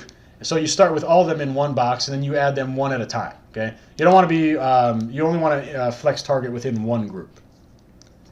Do you always set an ad set to be both genders and full age group? Absolutely. I'll never make any assumptions on any of my ads. I'll never make any assumptions on any of my audiences until I have months worth of data. Okay, and I said months. I did not say days. I did not say weeks. I did not say 1 or 2 campaigns. Right? If I have months worth of data, then I'll go and do age group and gender breakdown, but I would never do that at the start. I wouldn't even do that even inside the first month. Do I only do t-shirts? No, I do t-shirts and dropship products from AliExpress. How much time should we give Facebook before running an ad? You could just launch. I don't. It doesn't matter. You could just have it launch immediately. It doesn't really matter. If you launch an ad, let's say at 12 o'clock p.m., then you will basically spend half of your ad budget. So they will prorate that first day. After 4 days of running ads, I have high engagement, some clicks, but no sales. How can I determine what needs to be improved? So there's basically a couple different scenarios, and I should just put a video on my YouTube about this. If you have high engagement but no clicks, then you have your targeting right, but the product is not, it's just not demanded. If you have no engagement and no clicks, then your product is wrong. And if you have high engagement and high clicks, then something's wrong with your website, like the shipping is too high, or there's something broken, or there's something that's really stopping them from feeling trustworthy, okay? Those are really the only three scenarios that you're gonna get. So again, that's high engagement, high sales, something's wrong with your website. High engagement, no sales, the product is wrong. Low engagement, low sales, the targeting is wrong, okay? Keep it simple. I mean, those are really the only three scenarios that you're gonna find. If you have a funnel software such as ClickFunnels, can you run Facebook ads straight to that link? Yeah, absolutely. And in fact, the page that you signed up for this course was a ClickFunnels page, and I run paid traffic to that, direct to that funnel page. Linear funnels, to be honest, I've only been doing it for about 2 weeks, so I wouldn't say I'm an expert on it yet. But you could also link directly. I mean, you're supposed to link directly to the start of the funnel on your linear funnels page. So keep in mind on your ads, you're always going to be linking to a product. You're never going to link to like a home page. How do you set up on the reporting matrices? I'm not sure what you mean. I do some really crazy reporting only because I'm very anal about wanting to have all the numbers in there. How do you find out which interests are performing best? You'll never know what individual interests are performing best through Power Editor or Ads Manager, and it doesn't even matter because it's not about the interest that makes that work. It's about the interest groups. Okay, the interest groups kind of become a new form of targeting because of the intersection. They're actually, when you think about it, intersected interest groups become basically their own interest, and it's a unique interest, one that probably only you're hitting because of the way that you intersect. Okay, other people can intersect in different ways. Rakesh says, really awesome training. I'm glad you thought so. Guys, I'll take maybe 2 or 3 more questions, and then I'll get to processing this video. What do you look at on the ads reports for analysis? I think you should really keep it insanely simple, okay? The only thing that matters after your testing period is sales, okay? Now, there are other indications of success, for example, CPM, and that's cost per 1,000 impressions. If you could find an ad between $5 and $10, that's typically a healthy CPM, but let me stress that these are only indications, okay? So you could have a CPM of $1, you could have a click-through rate of 5%, and if you make 0 sales, the ad still deserves to be cut after 5 days, okay? So don't really get wrapped up, don't fall in love with metrics. The only metric to fall in love with is sales. Do you upsell on every product? No, not every product, but I think on most products I have an upsell on there. Any product that is selling well, absolutely, I'll put multiple upsells on there. I like using Boost Sales to do the upselling. That's I think it's like a $30 app per month. Boost Sales, I really like that one. In the first 5 days of running an ad and you don't get any sales on any of the ad sets, do you try a different interest group? I would only try a product maximum 2 different times. So I would try a second interest group, but I wouldn't try any further than that. Okay, if you're going to test a product twice, that's more than enough. Okay, if you're not going to make sales on 2 tries, you're not going to make sales on 20 tries. So I think that it's very important to limit the amount of tests, because the benefit of that testing process that I laid out over here is that you're going to cap this right here. This is only $200 of testing, and you're going to get a ton of information. Okay, so you're capping your test at $200, but you're basically figuring out everything that you need to know about the niche. So you don't need to do product number 1 3 or 4 or 5 times. Just do it 2 times max. Okay, and it's really not about the product that you're testing. It's more about this right here. Okay, it's more about testing the interest group twice. You see, tested once over here, and then tested twice over here. It's all about interest group testing, not really product testing. Products are a dime a dozen. Okay, you can go to AliExpress and add 10 million products to your store right now, so that's not really a huge deal. My ad manager is reporting a conversion but no sales. That's because conversions are more than just sales. If you hover your mouse over that conversion number, you'll see exactly what it is: add to cart, page view, or purchase. So it's more than just purchasing. Does Facebook algorithm treat posts and likes and shares more favorably? No. Likes and shares, they don't really matter. Now, your ad, if you get a high click-through rate on your ad will get shown more often, and probably for a cheaper target. But it's not going to be really that effective for you. Okay, you really, the targeting is going to make the most out of it there. Okay, can I target grandmas like I do moms? No, there is no grandma demographic, unfortunately. So basically what people do for grandmas is they'll pick parents and then they'll set an age of like 50 plus. Not always accurate all the time. Okay, I'll take about just the rest of these questions, guys. I'm going to wrap it up. What do you recommend, slideshows or actual videos? I recommend slideshows because they're just way easier to do. Okay, you don't need to go and mess around with Premiere or any of those type of things. So I would absolutely go with slideshow videos. What's your best Facebook tip? Have a 150% focus on one niche. Okay, master everything in the niche. Understand every single interest and interest group there is in the niche. Understand everything about every potential buyer there is in the niche. Live inside the niche. Become an expert. Speak the language. Talk the talk. Walk the walk. The quicker you can become an expert on the niche, the quicker you're going to be able to sell to these people. Okay, so that is definitely my number one niche. Okay, last question here. Should I get cheap likes and comments from India, Kenya, etc.? Absolutely not. No, no shot, no way. Okay, your fan page likes are pretty much worthless. Okay, no one really judges on it, and I've sold hundreds of products, if not thousands of products, from fan pages that literally started with 0 fans and didn't even have a cover image. Okay, so don't worry about your fan page. Don't worry about getting likes or comments from India. That they're not only are they worthless, I think that they detract from your page, because I mean it's very easy to see who has a fake store or not. Okay, guys, so hopefully this was really helpful for you guys. I'm going to stop the recording now, and I'm going to process this video and send it off to you guys through the email that you guys sent with. I'll also send that PDF that is on the screen right now. And like I said, this is the second one that we've ever done here, so it did definitely go a little bit longer than I thought. So thanks for sticking with me. We did about 2.5 hours, so that's pretty awesome.